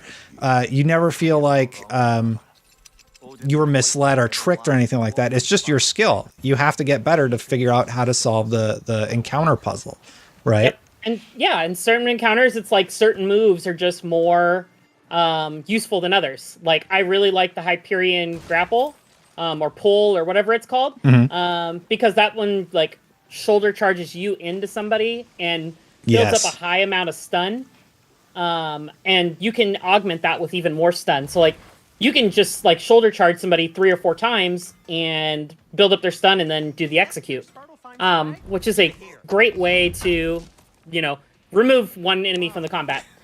This is the this is the chest. You'll find at all the blacksmiths. Anytime you see Brock and Sindri, this chest will be here. If it's glowing blue, it means you missed something to pick up, and so you don't miss anything. We can actually swap shields and kind of show off one of the other ones. I would love to see it because I love the Dauntless shield so much that I just kind of stuck with it. But I am curious about this. And while you're here, we should also show off the upgrade pass and how things sort of start stacking upon each other. Like, why don't you show us sort of early game builds and how you would deck Kratos out? Yeah, so right here, first off, I'm going to go ahead and craft this Nidavellir armor. This is what we're getting rewarded for clearing out these mining rigs. This armor, it keeps the stun gauges filled longer, and then when you with the chest piece, when you stun grab somebody, you get a health burst, so it heals you. So it really pays off to be able to do these side quests, because this is a really good armor set for early game. So, and then let's see, we wanted to do some skills. Let's see. So, as you can see, I've already upgraded my freezing throw to add extra stun, but if I wanted to swap that, I could add extra protection, so I get damage resistance and resistance being staggered while I'm charging up the throw. So that way, if somebody's coming in and you're not sure if you're going to get the throw off in time, you could potentially still get the throw off and mitigate some of the damage you would take. Or you can just increase the damage. I personally like the stun bonus. Got the axe throw. I like adding the frost element to this one. I want to see if there's any other upgrades that I want instead first, though. As you can see, my other techniques here, I've added stun just to the regular charging of the axe. That's my build is all about stun damage. That's my preferred way to play. I like stunning enemies, and then I like just being able to, finish them off and activate these abilities on my armors. And actually, you know what? I'm going to buy this so I can charge that because I like that skill. I like being able to do that. As for my Blades of Chaos, let's see. There we go. This is the Hyperion pull that I needed to. Very fun. Yes, so this is one of my favorite Blades moves because it gives you a small invulnerability window. It does a good amount of damage, a good amount of stun, and when you upgrade it, you can add even more stun. There's gear to boost the stun for it even further. Or you can boost the element so it does more fire damage. Alright, this one took me a couple tries, I remember. Yeah, this one's tricky. Didn't get him.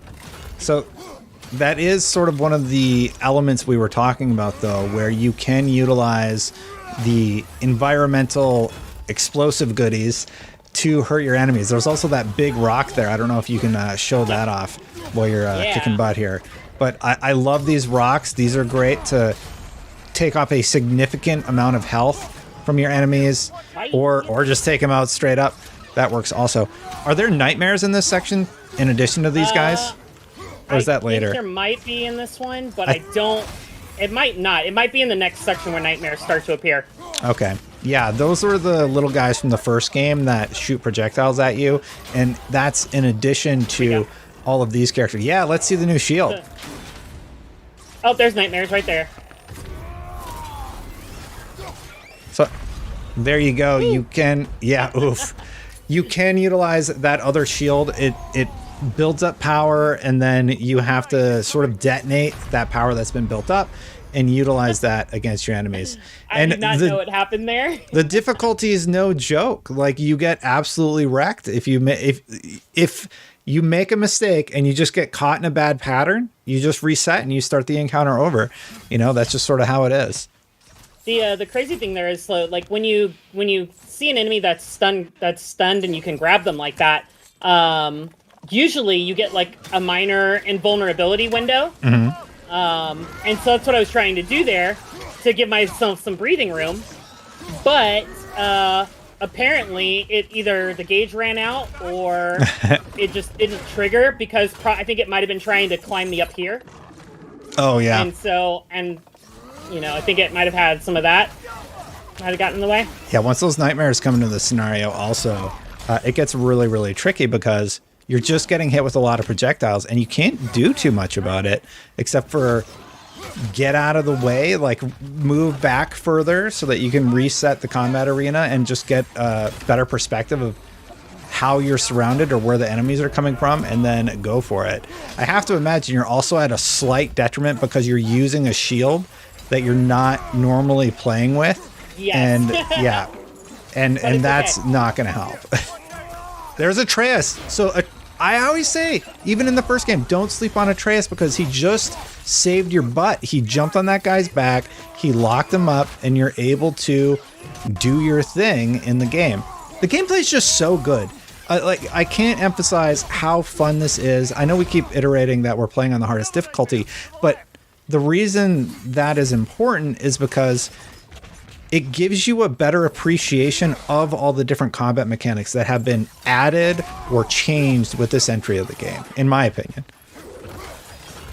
And I think you're about to finish off the last one or two, right? Or is there another wave up here? I don't remember.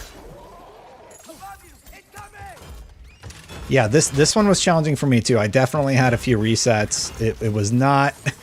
It's not an easy fight. You're trying to lure him into the pot, huh? Yeah. Did you get him? I think I got him. Nice. I think so. All right, let's see. But there's somebody behind me. I'm trying to... There we go. Atreus down him for you. Yeah, looks like you got 2 left, and then you're all good. Those acid pools too, like... I don't know. There's a lot going on with this character type where things can get out of control real quick, like right there. I love having the raids to fall back on, though. It's very, very helpful to be able to pop that and then continue your fight, because otherwise that just would have been it. Actually, you didn't use your stone yet, so you still have that going for you. There we go. All right. And also, I actually don't think you should complete this. So let's jump to the next area, because I think there's some cool lore stuff that happens. So we're going to jump forward to the next thing. Let's check out that hateful fight you were talking about. Yeah, I got a cool hateful fight we're going to jump to. I got all my notes here, so we'll just kind of jump into those. So the hateful they're new. I don't remember them from the original game.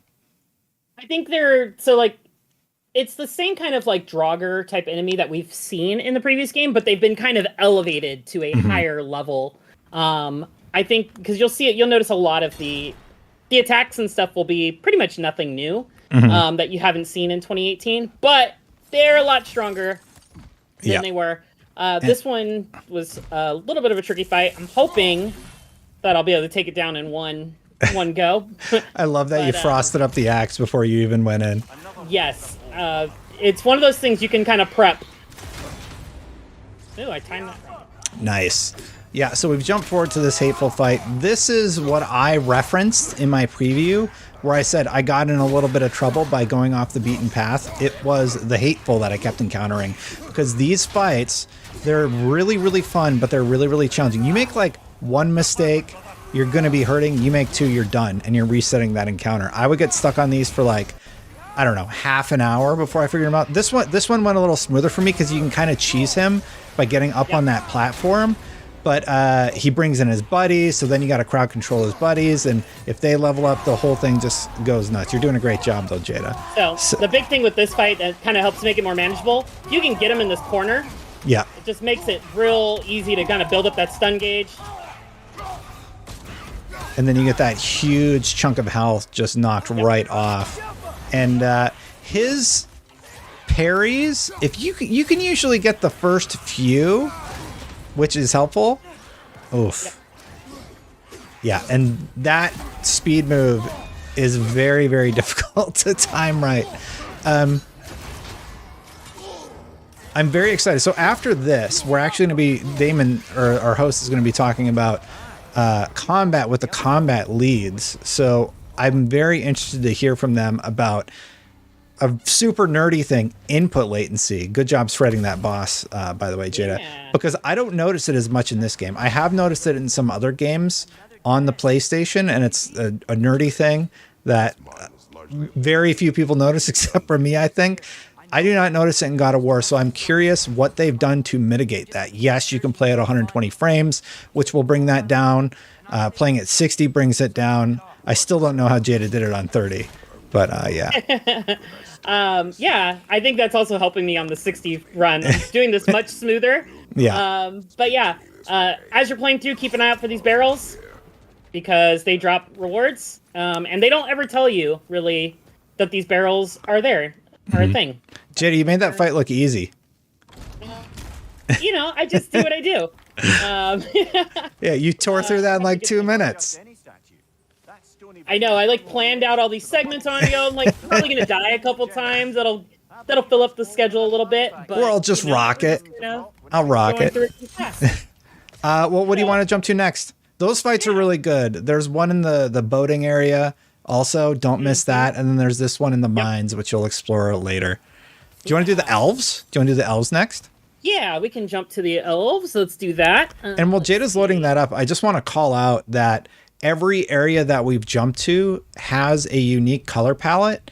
I love how the visual design throughout the game is constantly changing. I never felt bored by going to a new place or just like, oh, I'm in the desert forever at any point in the intro of the game. It's all really visually beautiful or interesting in some way.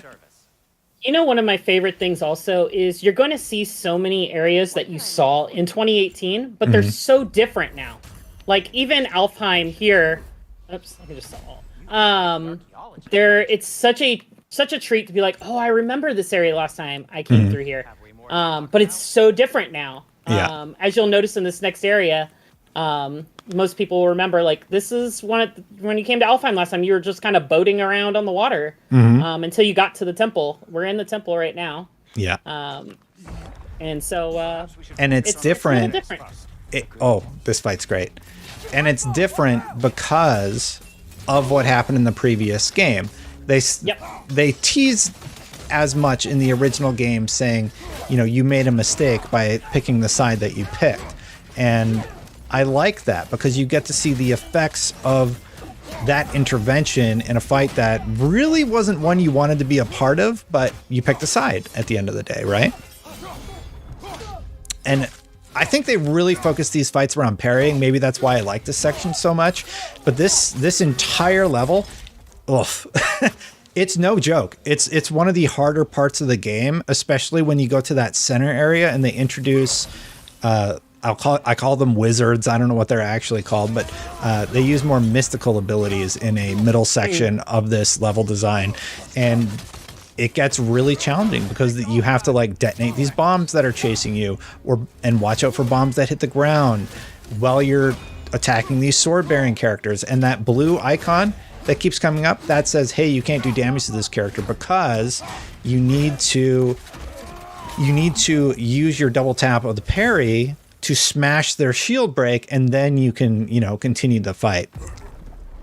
Yeah, and what you probably saw me throw the axe. There's this, you guys will learn more about that when you get it, but it's basically a little help me in these fights against these elves because they know that they can be tough to stun sometimes. Yep. Yeah, that does a ton of stun damage. What's your build that you're doing that much stun on an axe throw? So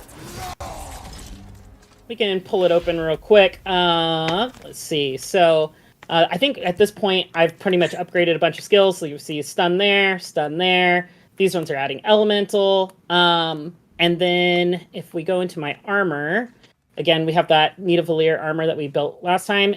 But I'm wearing a from killing enough of the Raven's Tears, or the Odin's Ravens, it increases the healing. So not only am I getting health bursts every time I stun grab somebody, I'm getting a 15% bonus by wearing half of the Raven gear set.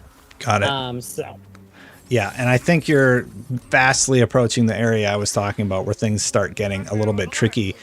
What other sections did we have on the list to show today, though? The fight. We have the fight. Yep. And anything else? I think besides this, that's probably our last big one. Okay. I think we're gonna jump to that after this. Yeah, we're actually vastly approaching time, so why don't you shred these characters? say night night to the night elves or whatever they're called. And then we're going to jump to the fight. Now, have you seen the leaks for God of War Ragnarok? This is probably the most spoilery thing that we're going to do, but also it's been leaked everywhere for like 2 weeks. So do you want to jump to it, Jada? Yeah, let's go ahead and jump away to that. I just got to make sure we jump to the right one.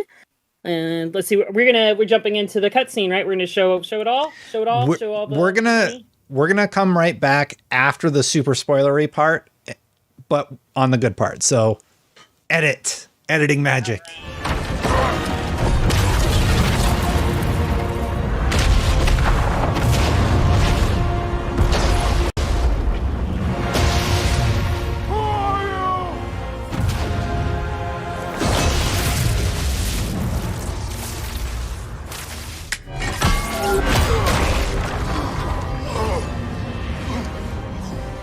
I've been waiting for this. You're not from here. We got a tradition called blood payments. It means I get a piece of you for what you took from my family. You'll pick it up.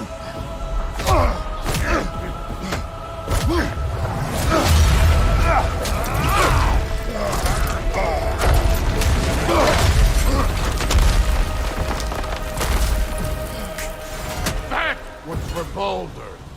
What an intro. I love everything about it. Yeah, so this is the Thor fight. I talked about this in my preview. Maybe you've seen the leaked footage, but yeah. On the hardest difficulty, no joke. Very, very fun though. I enjoy this. I like how he fights. Ooh, I dropped my guard there. He is very difficult, so it might not go swimmingly on the first try, but we just have to get to each of those boss checkpoints, which I like, Jada doesn't like, and we can advance it a little bit. So, Jada, what was your reaction the first time playing through this? Where's my openings? Yeah. Figuring out like if you miss those parries, like where do I find these openings to deal some damage to this guy? Because right now I don't have my axe. So this first part at least. Yeah. So it's all about you got to get your parries right. You got to get that stun meter up. He has a slap you can parry. Some moves are telegraphed, some are not actually in this encounter. And there you go. You actually got one of the animations. Does that transition you to the second phase or no? Yep. This is going to phase 2. Nice. Well done. So he's calling his axe, and then you get to actually see the second phase of the battle. I like that his axe takes time to get to him. Yeah. There's actually, that Alpine section we showed earlier, those reflecting walls with stones.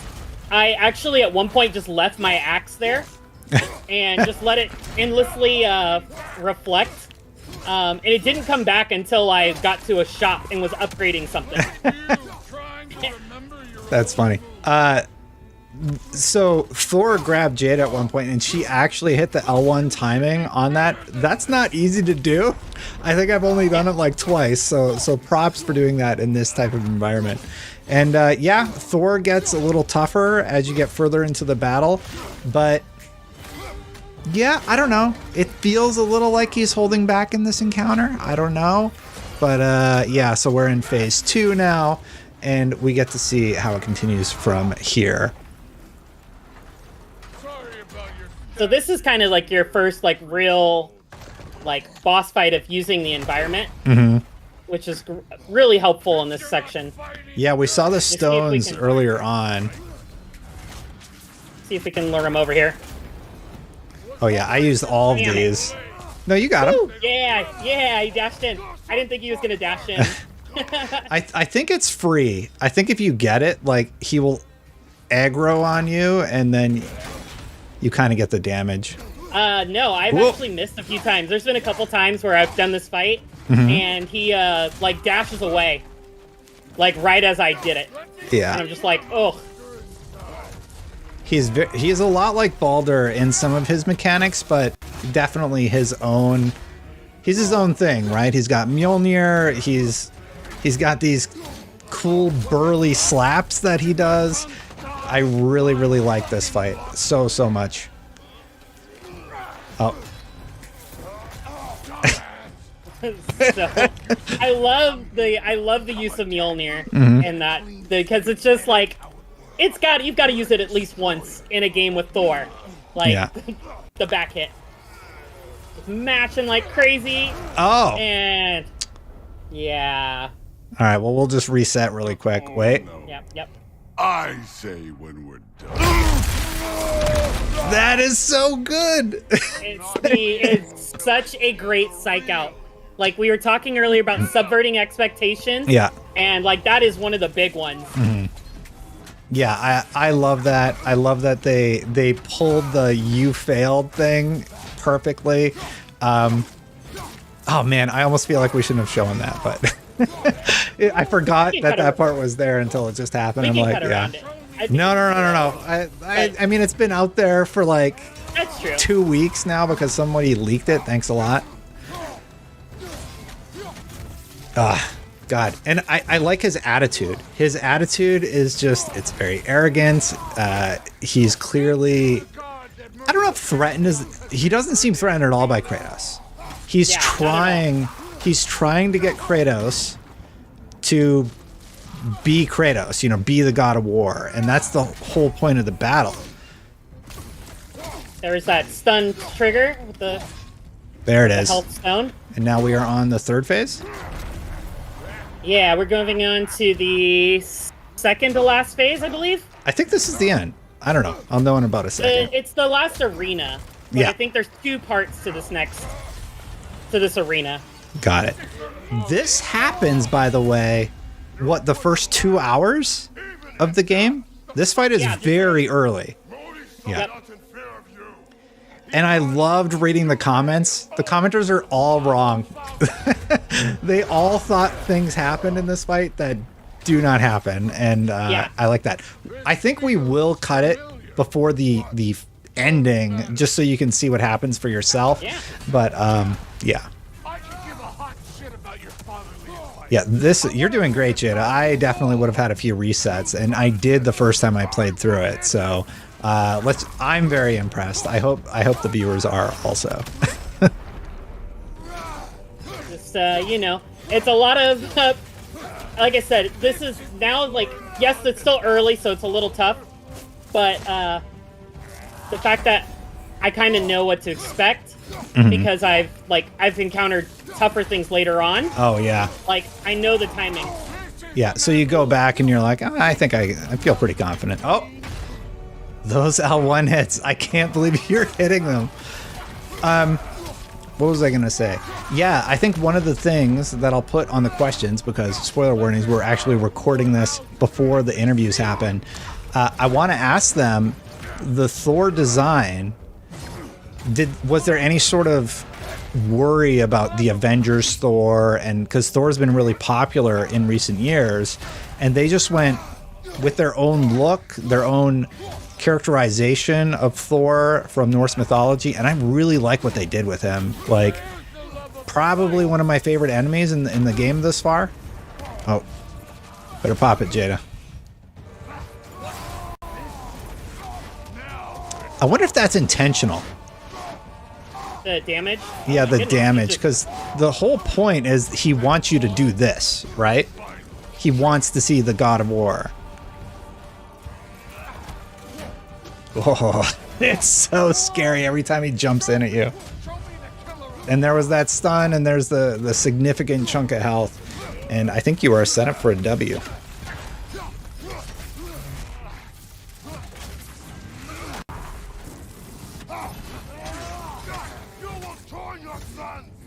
I really like how he fights. Was that a runic attack?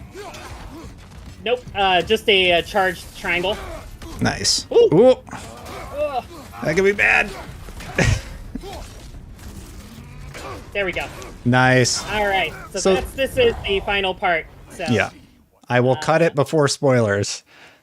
Anyway, yeah, Jada, that was awesome. You only had one reset. Yeah, and it was the first one, so like I had a continuous health bar all the way through, which is what I wanted to do because like dying in the middle checkpoints, it refills your health, and it takes a little air out of the sails. It's like, yeah, I did this on God of War, but doing it with one continuous health bar makes me feel good about my gameplay. So awesome. I hope everybody else out there enjoys it too. Awesome. Well, mad props. You're part of Beyond. When does Beyond air? We air Tuesdays now. Episode usually goes live between 2 and 3 p.m. on YouTube, IGN.com, and we also have it on Stitcher and everywhere else you find your podcasts. Great. Well, that was a super long look at combat on the hardest difficulty, and now we're going to talk to both of the lead combat designers. Take it away back in the studio. If you're just joining us, this is our Day 0 live stream of God of War Ragnarok, and we are joined now by lead combat designers Mihir and Denny from Sony Santa Monica. How are you guys doing today? Doing good. Excited to be here. Yeah, doing great. Well, it's great to have you. To start out, why don't you tell us a little bit about what went into improving the combat of God of War Ragnarok when God of War 2018 already had great combat? Yeah, so right after God of War 2018 on the development team, we were asking ourselves the same question. We're like, what are we going to do? Right? Great, we made this game. We're really happy with it, very proud of it. But like, oh boy, what are we signing up for now? And I think there's two areas that we really focused on from the very beginning. A lot more happened, but the two things from the very beginning, the first one is just expanding player expression, right? Which is a term that gets thrown around a lot.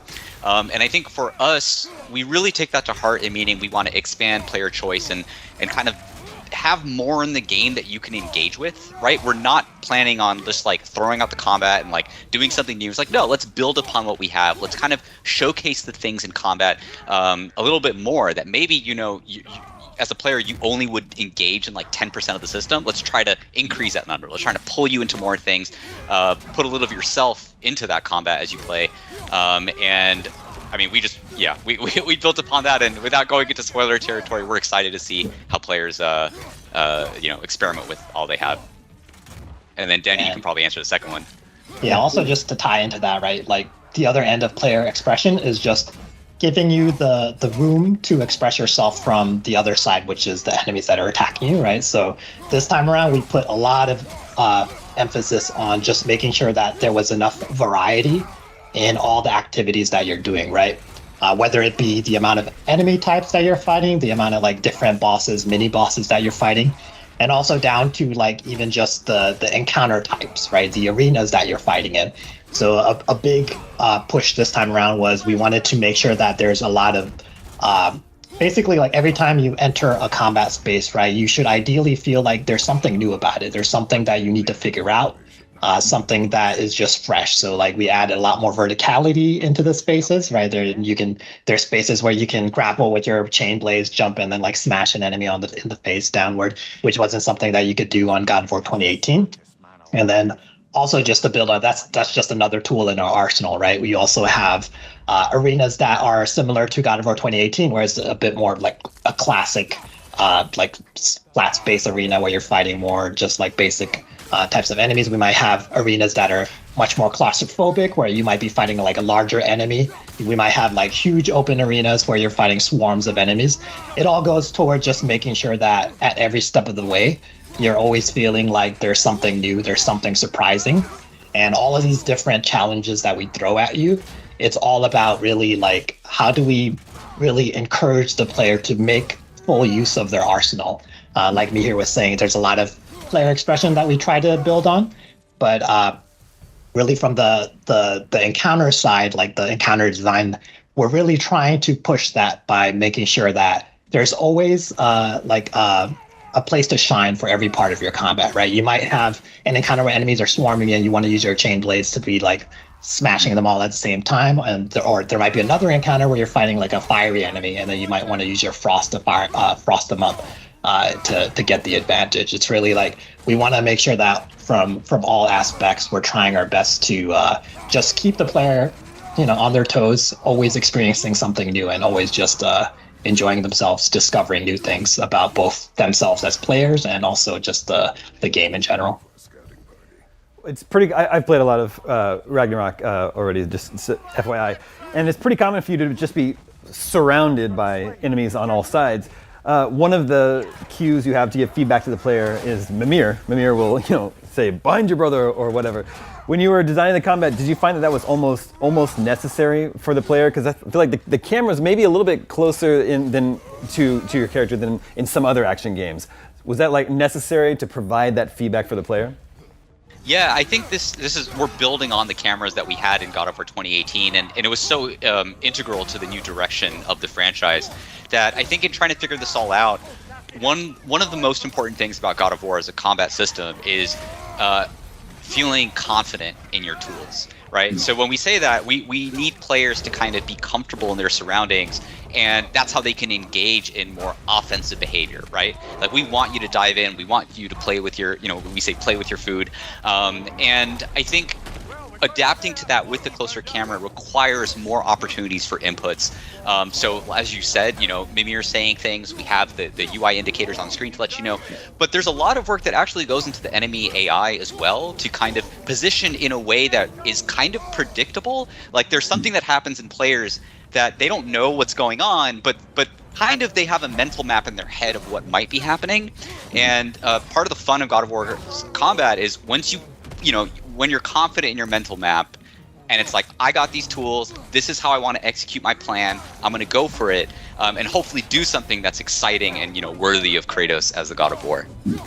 Yeah, and this ties a lot to like the different types of arenas that we've added too, is like, in some spaces, you generally want to like be managing some smaller amount of enemies. Some of these bigger open spaces, there might be more enemies spread out, and there's more opportunity for you to be like jumping around, being more mobile, right? So like from a moment-to-moment standpoint, you might see like there's a ranged enemy across a gap, and then there's a melee enemy coming at you.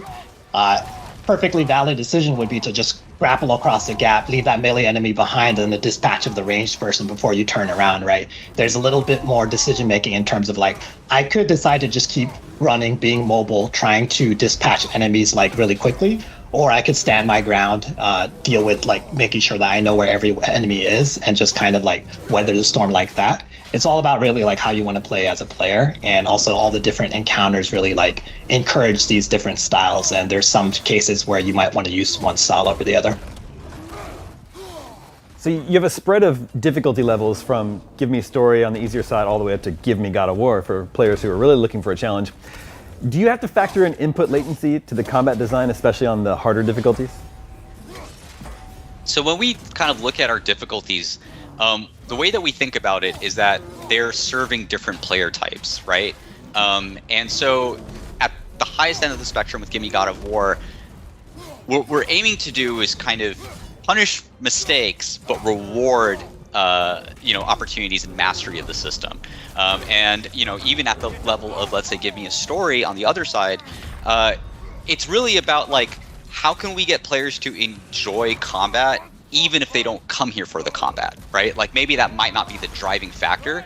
So when we are looking at the design, we're really just like factoring that all in. There's a lot of knobs that we look at. I'll let Denny kind of get into that a little bit, but like, ultimately what we want is that no matter which difficulty mode you're playing, for the type of player that you are, you're having fun with the combat that's there.